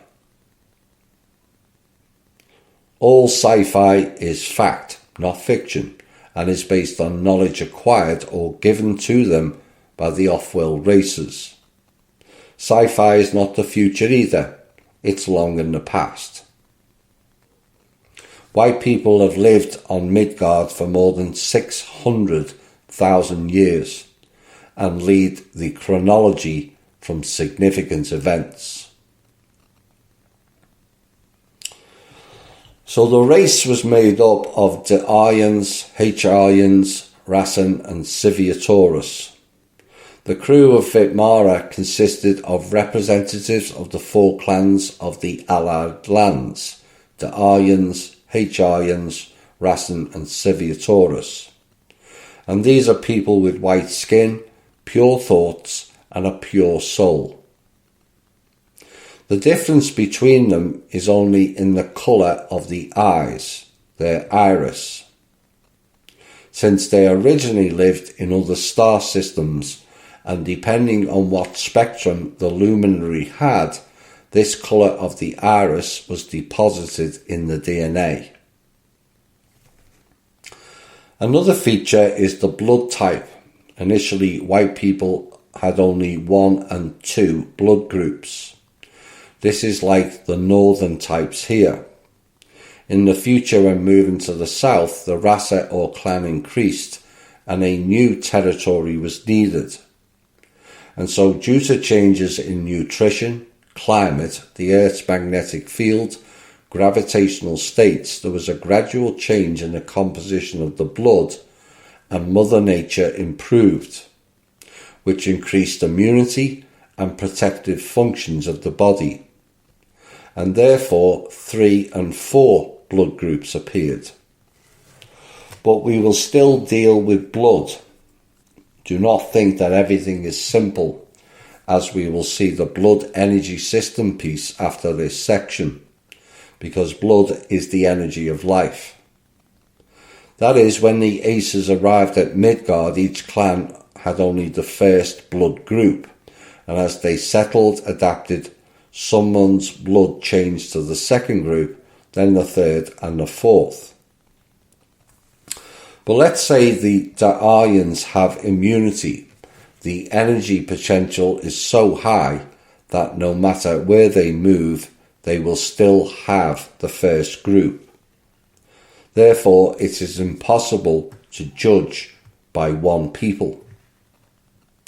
Now, there are more than 500 types of blood groups in the world.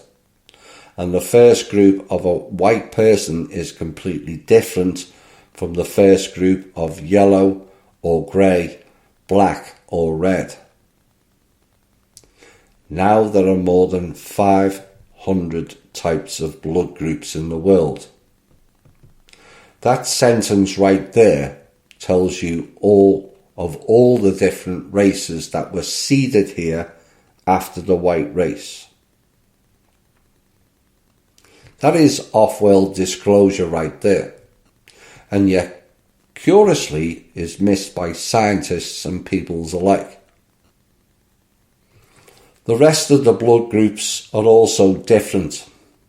For example, it is impossible for a person with the first blood group to infuse the second, but the first group of a white person is suitable for everyone. The blood system. What is energon?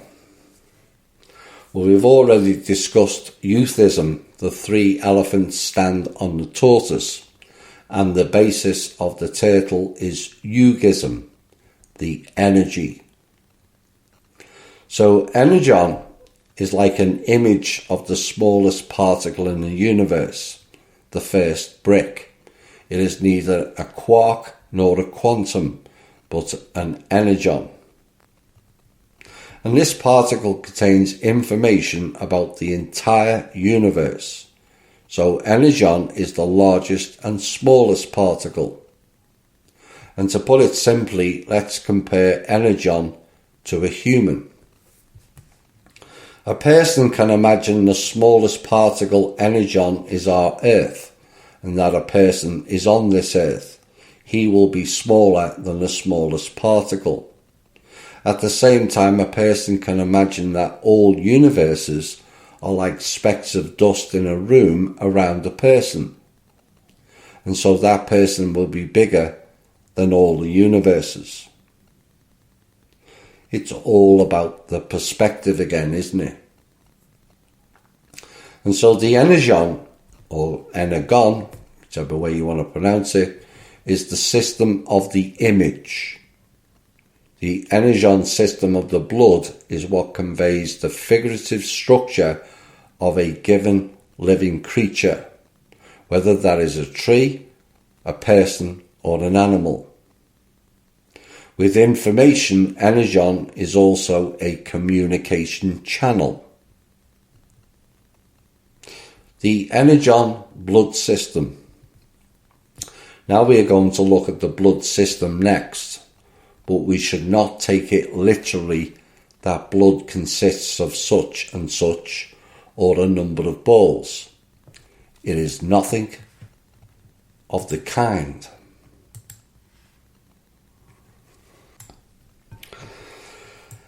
If you want blood, you got it.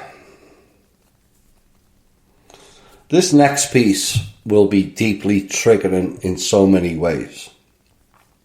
I'm asking people to not make snap judgments, but to ponder on it as this piece confirms an earlier piece I did of where we all came from. This will be painful, there's no getting away from it. But we must take in the information as it's delivered and then process it accordingly, to then go on healing and the understanding of a new reality no longer based in illusions. There is an overwhelming reason as to why they do not want the world to know what the Rus already know, as it exposes too much of their origins, fake history and shenanigans is why. And so here comes a bombshell and a potential reality check. All I ask is, don't shoot the messenger. So before we go into this piece, I'm going to ask you to take a moment of silence. Please use that moment to prepare yourself, be calm, and also be open to all possibilities. Just because we are different does not mean we have to be indifferent to each other.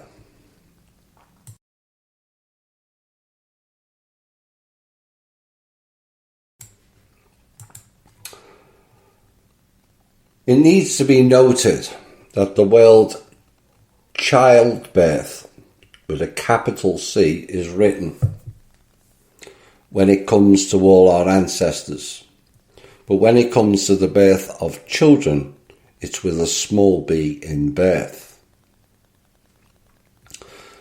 1. The energon blood system of the black peoples has 6 channels, of which 3 channels are female and 3 are male. Therefore, during the reproduction of offspring, in order to obtain an informational similarity, 3 male and 3 female must be combined and a new black person is born. We know that they are natural beings and these 3 channels are enough for a person to live in harmony with nature, as if to fit into the natural environment, 3 channels are enough. There are 3 Rh positive blood groups and 3 Rh negative blood groups. 2. The grey has 10 channels, but they have the same system, a triangle, as the black people. So the greys, when they arrived on Midgard, began to mix with the blacks. The difference lies in the fact that in the grey, the female system seems to dominate the male as it surrounds from 2 levels, above and below. Because the greys in most cases came from the insect gene people, where the female and the queen dominates. So in the grey, the gene pool is passed on through the mother, and the blood groups of the greys are 5 with Rh positive and 5 with Rh negative. 3. The yellow has 12 channels, 6 male and 6 female, and the predominance of male from the top, bottom and middle restrains and indicates that the gene pool is transmitted through the male line. It is believed that the varieties of the yellow peoples originally have 6 different blood types, of which are 6 Rh positive and 6 are Rh negative. In addition, the serpents, who are the lizard people or snake people, had approximately the same structure of energon channels. According to legends, dragons had the same blood type. So one of the patron symbols of the yellow peoples is a dragon. It is said that the dragon lives inside every person, and everyone must defeat the dragon that is in them. It also has to do with the fact that the yellows from the constellation Draco have arrived. My understanding is the yellow race also came from Sirius B. 4. The red has 9 channels, and they are closely related in type to the white race, via the quadrature structure of the structure, not triangular or flower-shaped, and it is stable. Quadrature means the process of constructing a square with an area equal to that of a circle, or of another figure bound by a curve.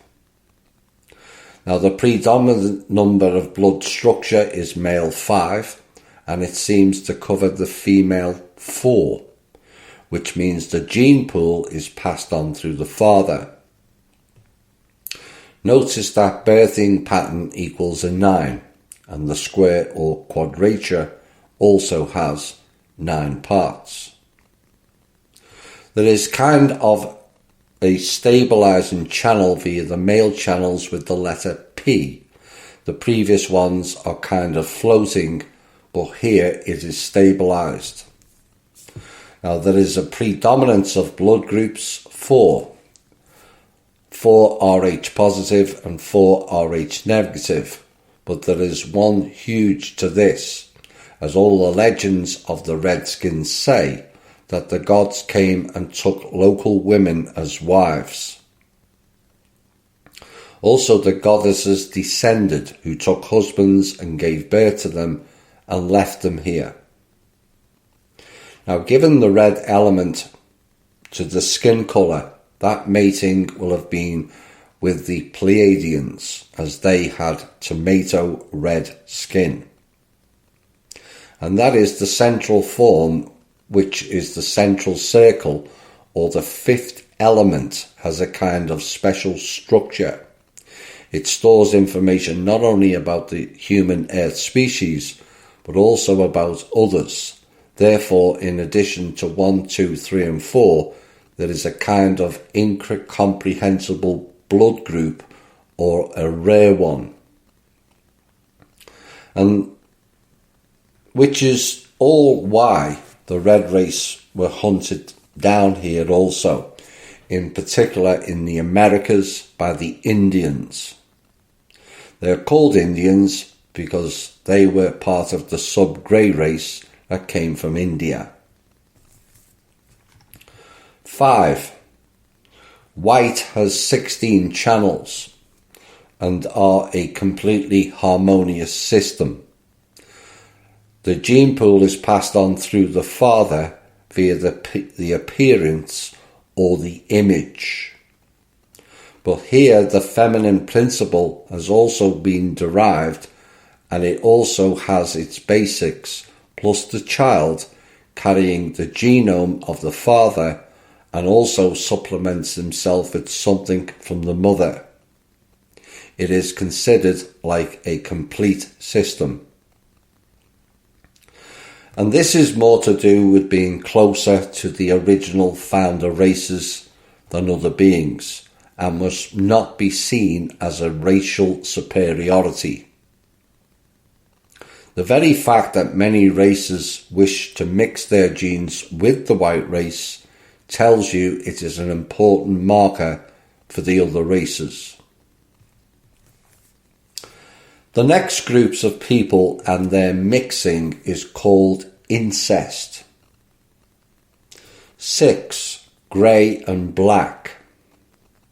At first the Greys took only black women, which is the reference in the Bible. The sons of God saw the daughters of men and took them as their wives. But another system appeared of 8 channels, 3 female and 5 male.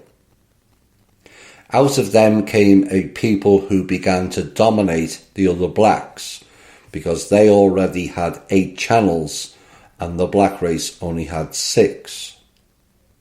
In other words, they were no longer just naturalists, but had expanded the sphere of their perception. The Greys began to train priests from their children, their servants, or as they say now, the 5th column. The priests were the Cohens. And this is where the term sub-grey came from. That included Roos whites, who were called the Delicts. 7. The Greys and the Yellows. Then the Greys began to blend with the yellow women. A new species appeared with 11 channels of 6 female and 5 male, because yellow women were taken.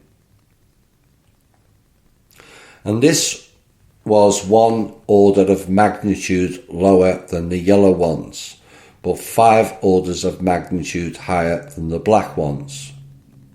But this system is unstable, so they started mixing with their own kind. Thus, in addition to the blacks called Dravidians and Nagas, there appeared the Nepalese and the Indians, which are the modern names. That is, they are neither white, nor yellow, nor grey, nor black, but something in between, and they are only amongst themselves. And that's why we had the concept of caste professional. They had Varnas, which is a social class, and they forbade mixing, because it can turn out that you don't know what you are creating, and then the branch stops. Both of these unstable systems, 6 and 7, are called Tzgane, meaning having no path. But note that they are as smart as yellow, smarter than black, and turned out to be 1 order of magnitude higher than the grey ones. What grey will tolerate being pointed out by someone? The yellow-grey mix have 11 channels and the grey ones have 10, although there is a triangular base at the top that betrays their genotype of grey and negroid. That is, they are similar in face, and the lower part of the body is closer to yellow. And that is why in India we can observe black, light, half grey, half black, Tzgans, Tsegans.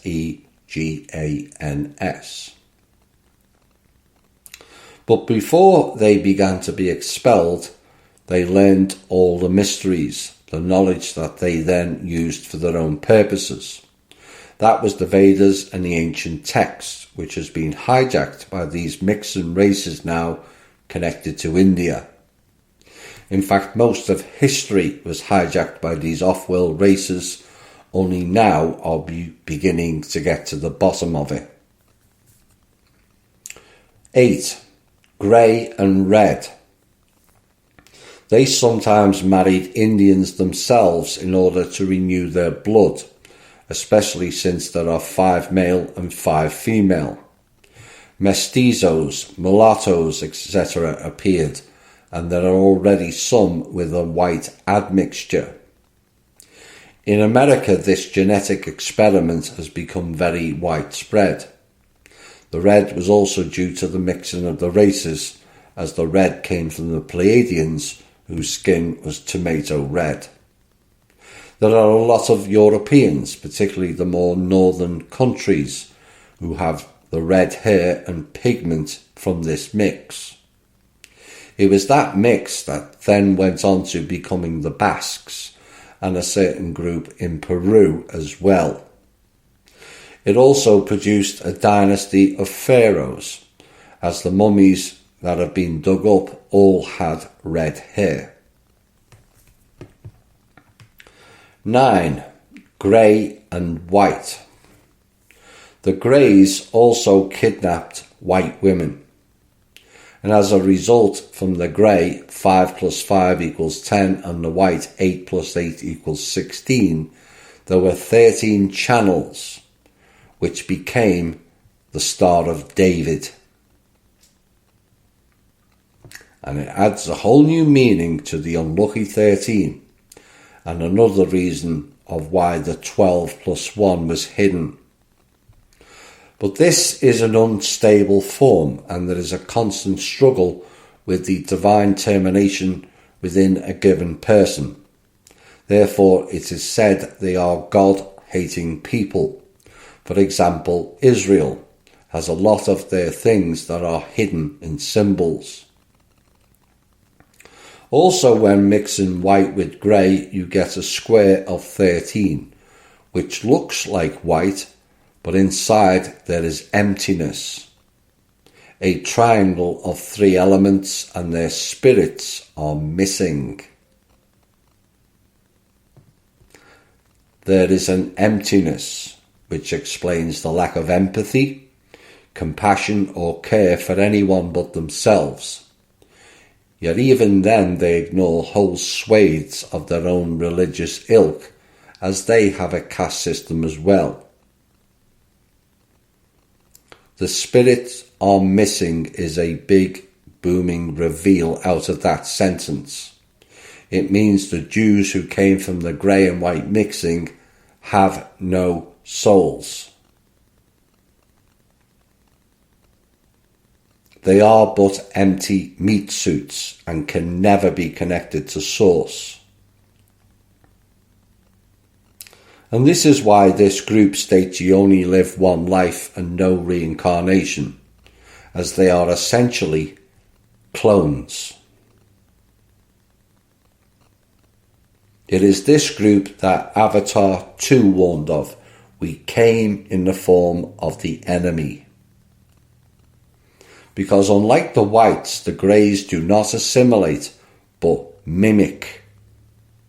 Therefore, by definition, the result of incest is not us, and this is also what the greys themselves say, that when a Jewish man marries a non-Jew, his children are not considered Jews.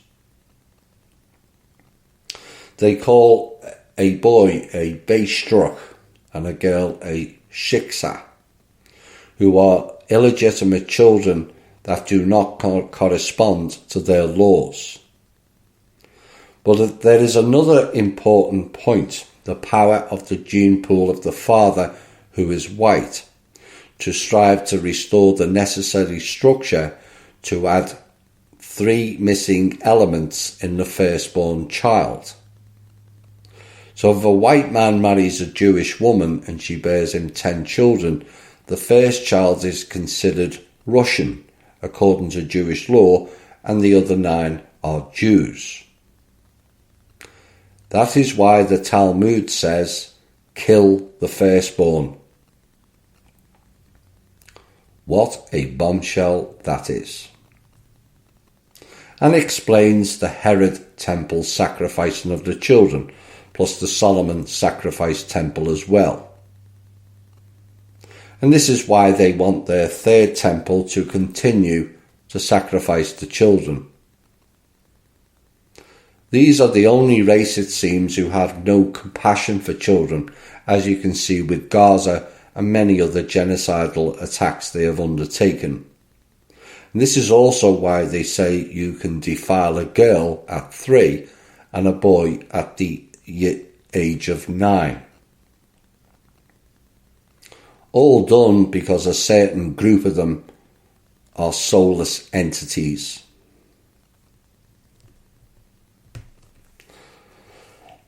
There are a lot of such systems of Square 13.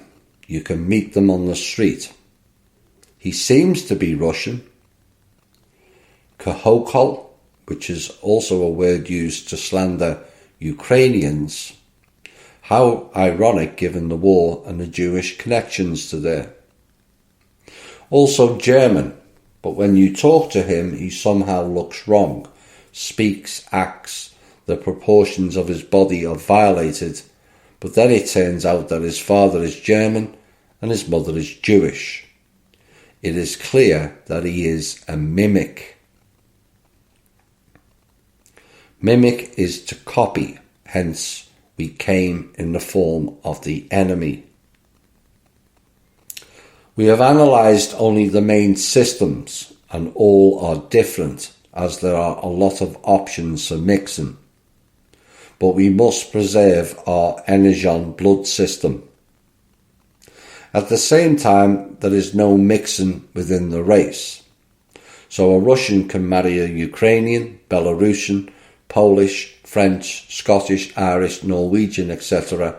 And as a result, there will be a normal white blonde child and he will carry the power of the gene pool of the race. A blonde child is called by the representatives of the Greys a blonde beast. Hence the pop culture that created the anti-blonde jokes of all blondes being stupid. Although the media, who are in the hands of the Greys every day, impose the idea that everyone has long been mixed up, this is a lie. Back in the 1940s during World War II, labour was transported from the territory of Russia by trains and the Reich Chancellery received a report that 80% of girls from 16 to 30 years old were virgins. It says, as long as there is such high morality and purity in the country, such a people cannot be defeated.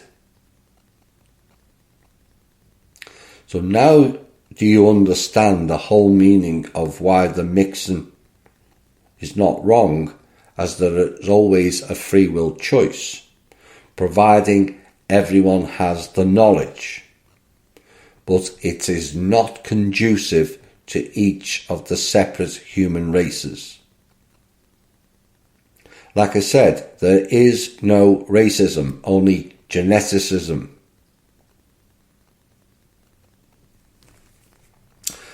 Here's a pondering, and one has to ask as to how they reproduce. Is the mixing of the Jew and the non-Jew a potential threat to their lineage? Is the birth natural? Are there observers to the actual birth? And what is the standard procedure of birthing of Jewish babies? Do they reproduce? Or are they manufactured meat suits? And by manufactured, I mean clones or synthetics. And this also falls in line with what I've said in a previous show.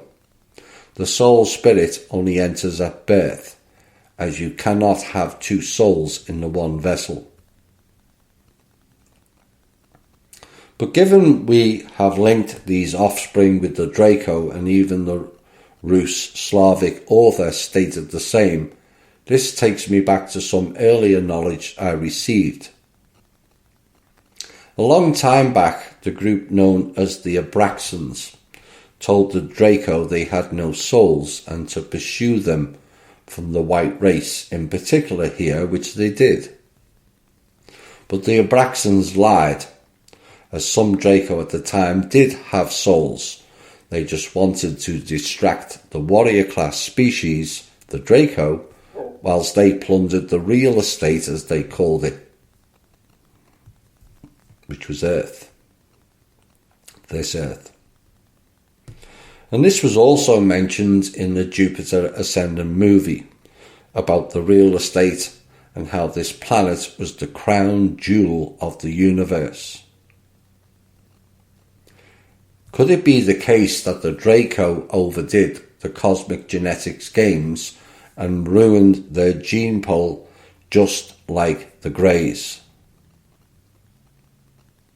Or were these creations installed here as the fifth column to take over the control of the planet, whilst their lords, gods and other leading figures hid away millions of miles away? Which main family has had most of the control over this planet, particularly since the 1800s, when the Draco were instructed to step back and let the humans take control of the planet? The Rothschilds, or the Rothschildians, as we call them. Why? Because they have more DNA and channels of the Draco beings than any other family or tribe on this planet. I asked earlier, is the mixing of the Jewish and non-Jewish a potential threat to their lineage? With the subsequent information relayed, the conclusion would be that it is not necessarily a threat to their lineage via DNA, but potentially these mixed offspring may obtain soul spirit packages, which then has the potential to develop into a caring and nurturing beings. But they cannot have that type within their midst. They are darkness and coldness personified. Is there evidence of programs for these types of mixed children? Yes, it's called the MK Ultra program, where the children of the lead families all undergo barbaric training to overcome them being nearer in consciousness to a true human. And it appears that all bloodline families go through this type of torture to eliminate compassion, caring, love and empathy out of them altogether. Done by one of their own parents and a handler, which includes drowning their child to death and then bringing them back to life several times. Most of these children go on to attend the Waldorf training, not schooling, following the torture programs. They are highly educated and trained for all types of events, including speaking and the art of engaging people on an advanced psychological level for the purpose of manipulating them.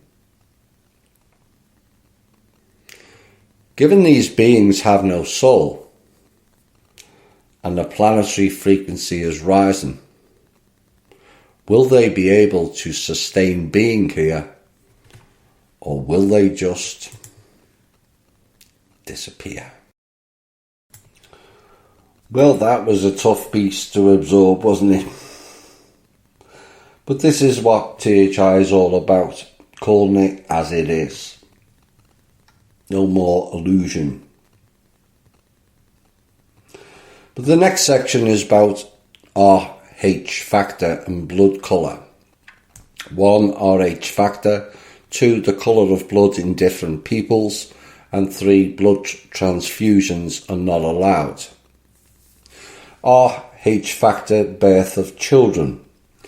Our ancestors understood rhesus as how many children a family can have.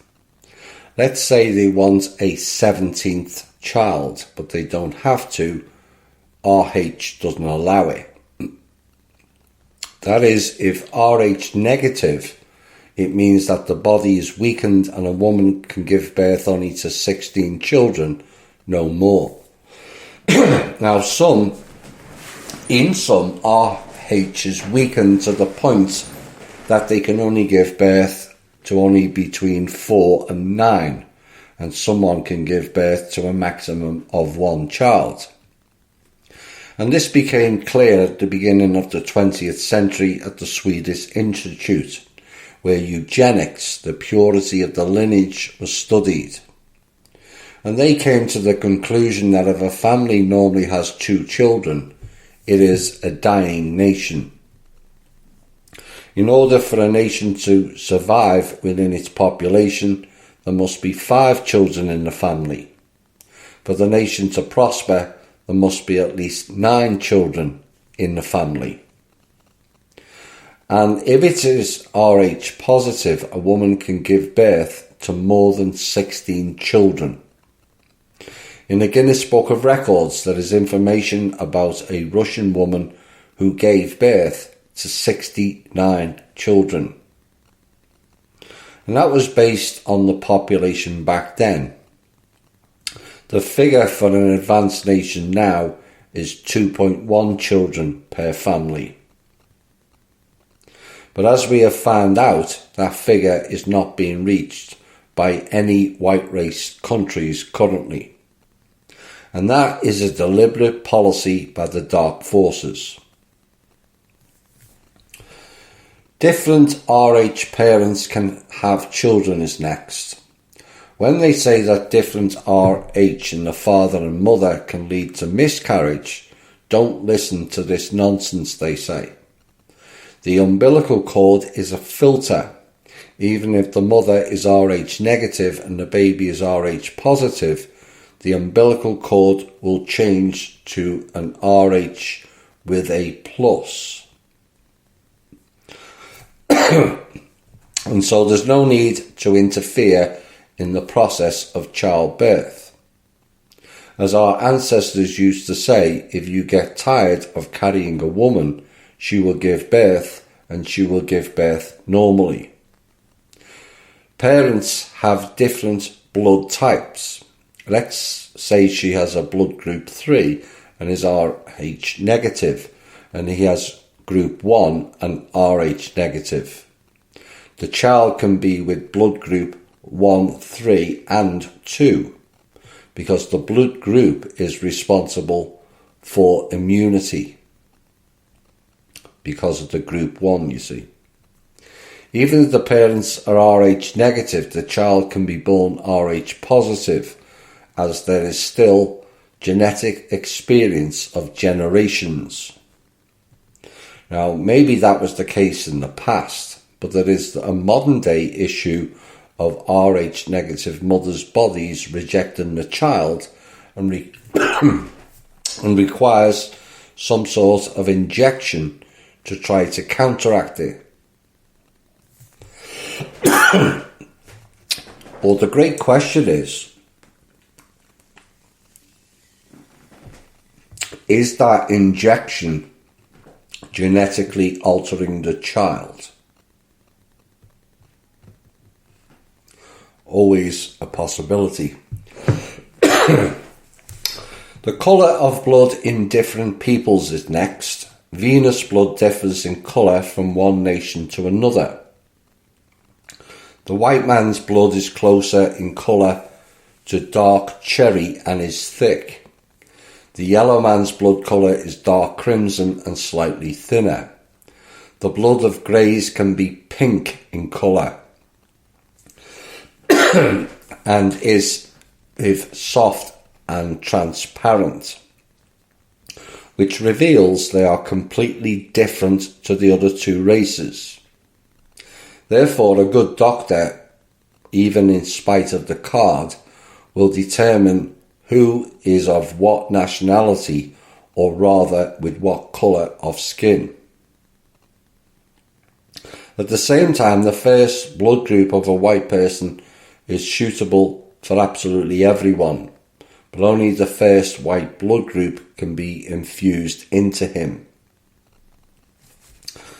Blood transfusions are not allowed. If blood is transfused from a person whose family has hereditary diseases, excuse me, of the heart, kidneys or stomach, all this will be mixed with the person to whom such blood was infused. And then at conception it can be passed on to the child. In other words, blood carries information of a certain kind. Now doctors have realised this, and instead of blood they infuse plasma, which is chemically similar to blood but does not carry information unless, of course, it is charged. Interesting. Charged plasma. Charged with what? Now, this next section gives more details about the race, their makeup, their responsibilities and their roles. But first we're going to go into the crew of the Vitmara, and the pilots were representatives of the Aryans. The Aryans were responsible for space navigation calculations.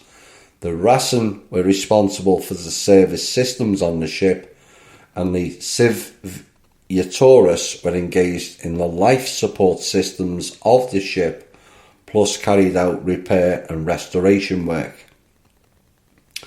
The differences in the genera of aces. The Aryans, height 175 to 190 centimetres, lived in ancient times for more than 300 years.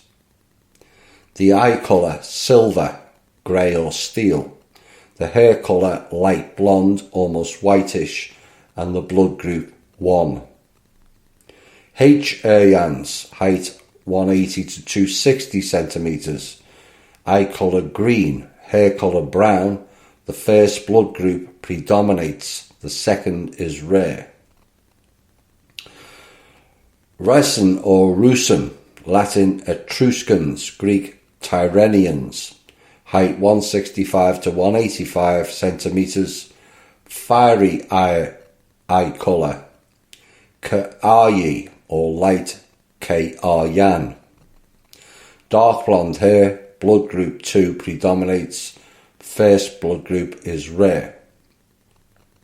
Yatoris, height 155 to 195, sometimes up to 220 centimetres. A heavenly eye colour, blue, lake, cornflower, black, etc.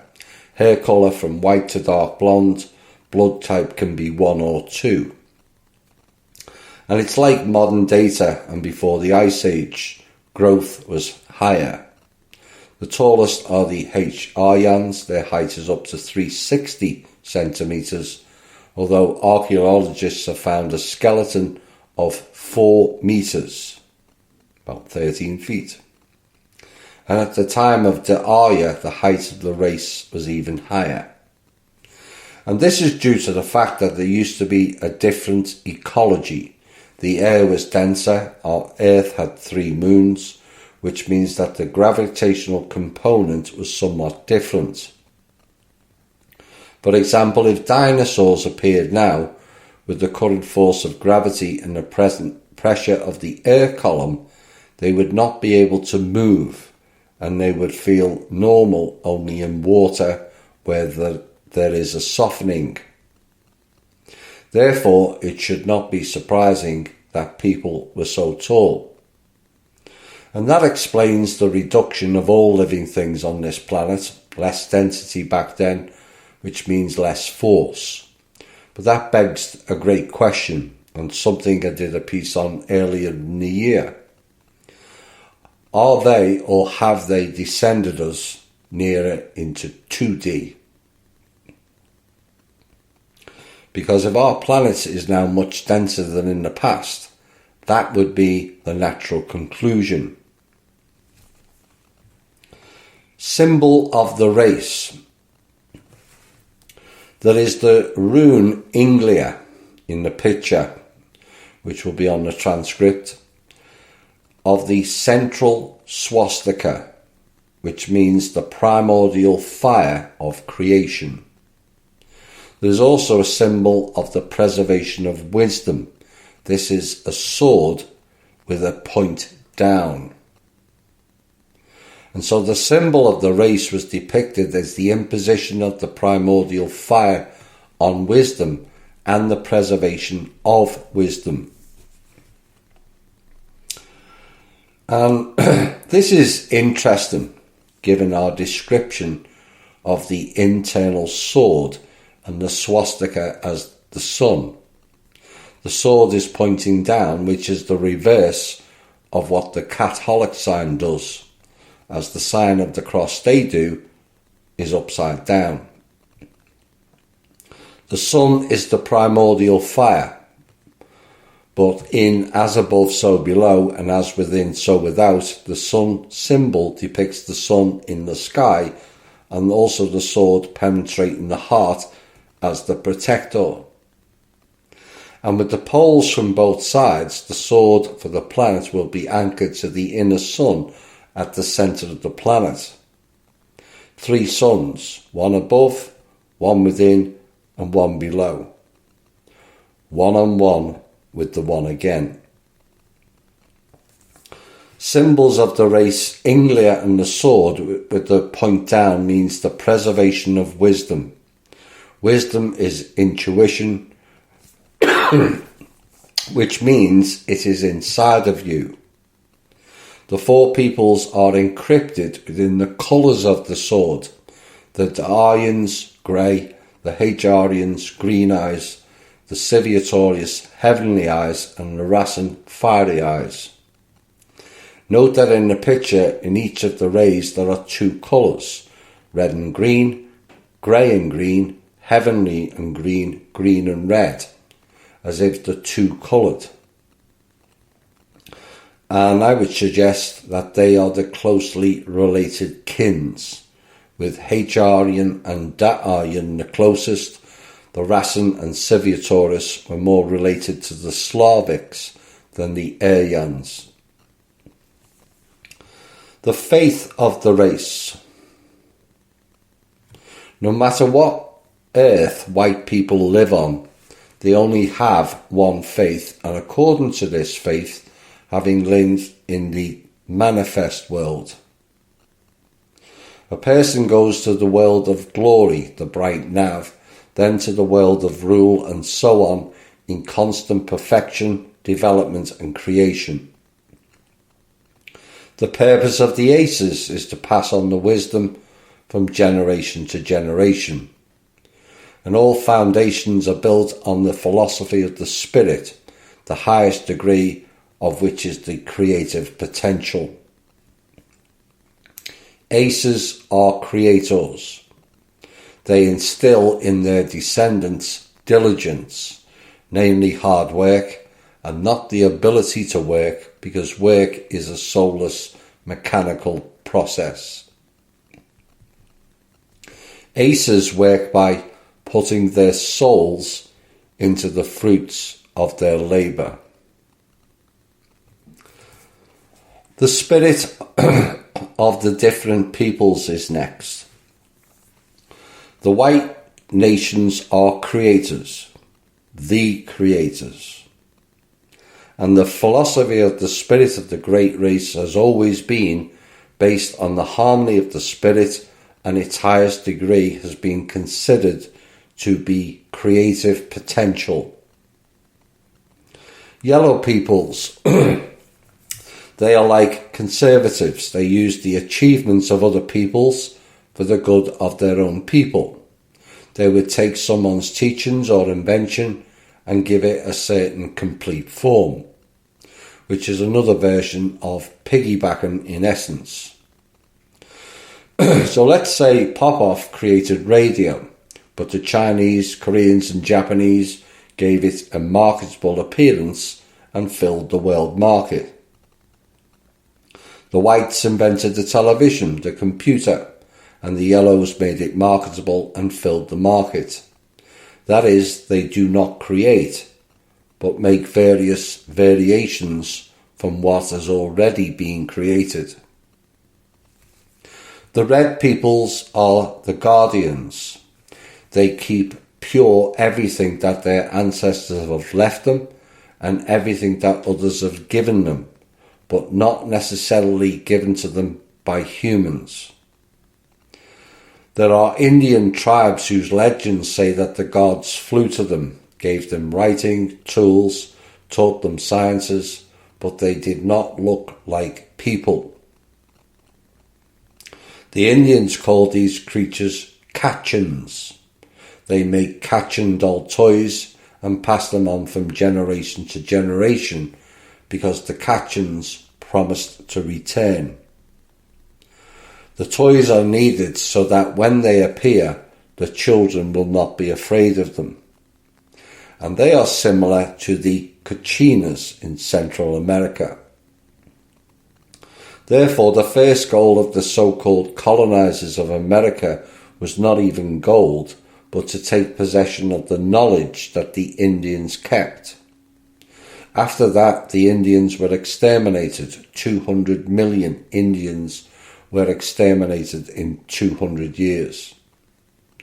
And most of the extermination, to my knowledge, was done prior and long before the colonials arriving. The Indians who came across the Bering Strait were slaughtering the native red populace in their millions. Then near the end, they started to mate with them. Black-skinned peoples are nature creatures, children of the wilderness, as our ancestors called them, people with the dark-coloured skin. Blacks have always lived in harmony with nature in the places where they originally lived. But when they were taken away from their native lands and torn from their ancestral roots, later these people became machines of destruction. For example, slave rights, when they could only kill, set fire and destroy. And contrary to modern day opinions, that removal was done by the grey peoples. The green-skinned peoples were experimenters at all levels down to genetics. They conducted experiments with animals and with humans. What was obtained as a result of experiments and the greenskins themselves, our ancestors called the undead. The greenskins were not the colour of a frog, but a grey-green in colour, like the dead and the lungfish. They could live both on land and in water as amphibians. And this sounds like some of the aquatic race of beings to me. And they used to live beyond Sri Lanka on a continent in the Indian Ocean, which our ancestors called Ramtha. Someone called it the continent of Mu.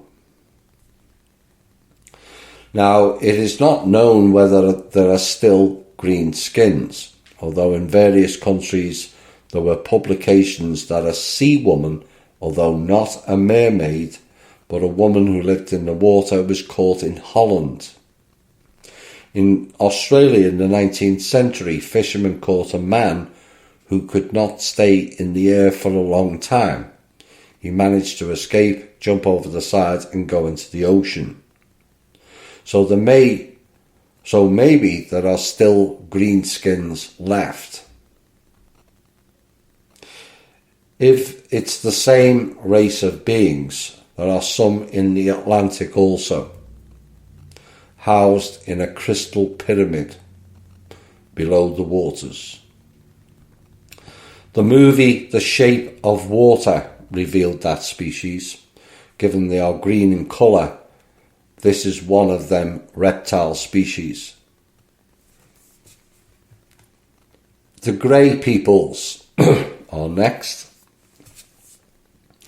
They were called the imitators, as that was the first thing they did. Subsequently, they began to be called parasites, and so on. There is not a single creator amongst the great peoples, although there are many restorers. Let's say that there is not a single watchmaster amongst them. They cannot make a watch completely. They can only repair or replace some spare parts. They don't have craftsmen to make a sewing machine, but they can fix it. Therefore, two terms have appeared in modern usage for whites and for greys. A white person is called a professional, and a grey person is called a specialist. So someone gets a profession, and someone studies in his speciality. Interesting analogy revealed there, which means they are not creators, just copy merchants, which is important to understand first before this next sentence. You have already understood that the great peoples are those who are usually called the Jews, but in nationalist circles the word specialist is used instead of the words Jew and whatever role. And so the goal of the greys on Earth is to seize natural resources, control levers and the media in order to influence the brain, all to control public opinion and so on. It should be noted that they do not have an end in itself to come to open power. They prefer, as imitators, to hide in the shadows. Yes, the hidden hand, secret societies and orders, hidden religious cults and all operating in code. Like I've said, they have no power, only what we have allowed to take them to take and operate. They are a quintessential parasitic being, harvesting everything, riddled with greed, hate and death. Essentially, they are a very weak species, which is why they fear us so much and desire to control us. How much of a parasitic nature are they? Read From His Story to Our Story +1 again as a reminder. They're also not assimilated among other people. For example, a German can become a Russian, a Swede can become French, but the greys only mimic. They change outwardly, being similar to the people who surround them, but internally they remain the same grey. All very chameleon, you have to say, and also we were reminded, became in the form of the enemy. And the author said that is why a lot of them in the system of imitation, theatre, stage, humorists or umaril, meaning killed, and also the collection of energy. At the same time, their jokes are at the level of the second and third chakras, in other words, guttural. Final piece tonight. Some very intriguing points made in this show, some very controversial ones also. Were they triggering? Highly probable.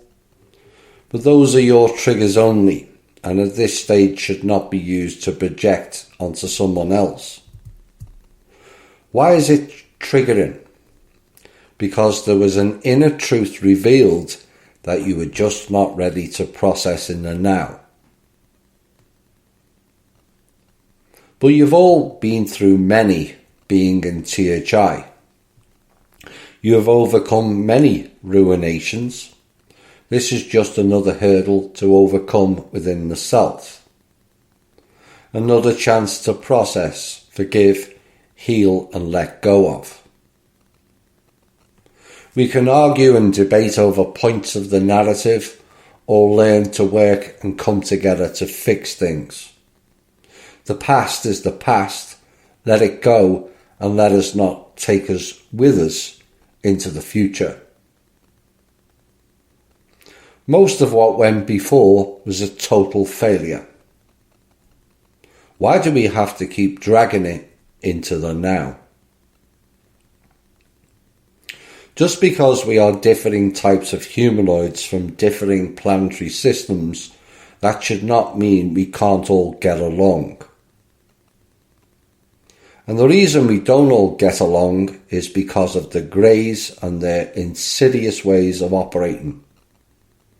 They are totally service to self, a harvesting race that has consumed all of the races with their special brand of division, controlling nature, deceit, thievery, warring, and lacking any sort of compassion, caring, or love in their soul. The question is, do they have a soul at all? They are bot-like machines devoid of any sort of empathy, which is indicative of how they operate. They are like a malignant cancer upon this planet and darkness personified, using whites who they envy and yet copy, blacks, reds and yellows to do their dirty work for them. But why are we copying ourselves in their image? They are also a lazy race. You never or rarely see them doing any sort of manual labour, just creaming the profits off of the labour of others. And given the red race was wiped out by the Indians and the green race appears elusive, the restoration of this planet and varying peoples rests upon the black, yellow and white races. The yellow industry is to be admired, but not their ability to steal others' ideas and make all the profits themselves. That in essence is no better than the imitating, harvesting grey race.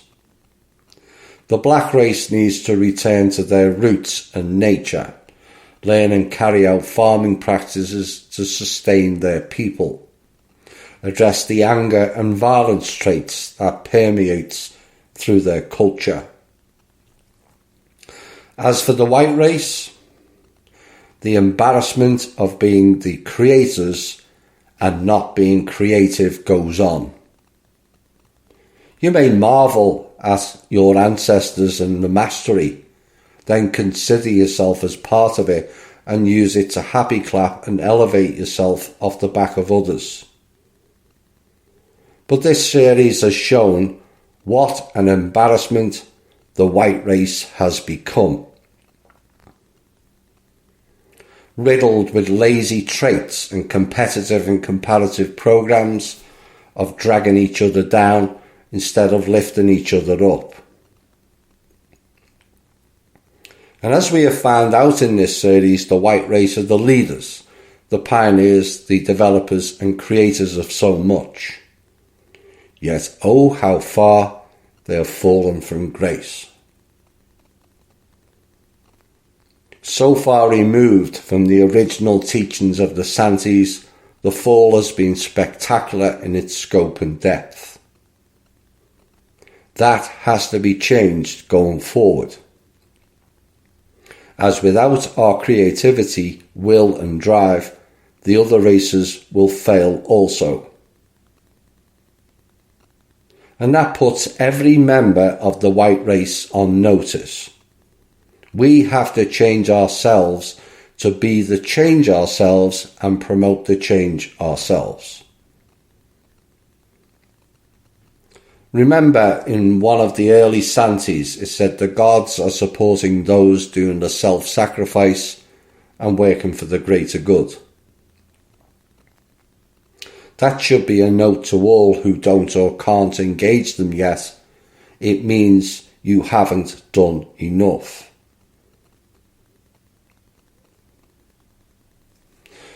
Just how much of the Bible has been overlaid into their story, stolen from the Rus, is a main takeaway from this show. Moses, Mari, Roses, Danes, Van and Von names, Joachim, Tartary, into Tartars and so on. Is there any doubt their so-called holy book is at best fake, and worse, the complete erasure of our history and implanted with their history? Overlays of whole countries twisted into dark forces' playgrounds, their people, lands, resources and history denied.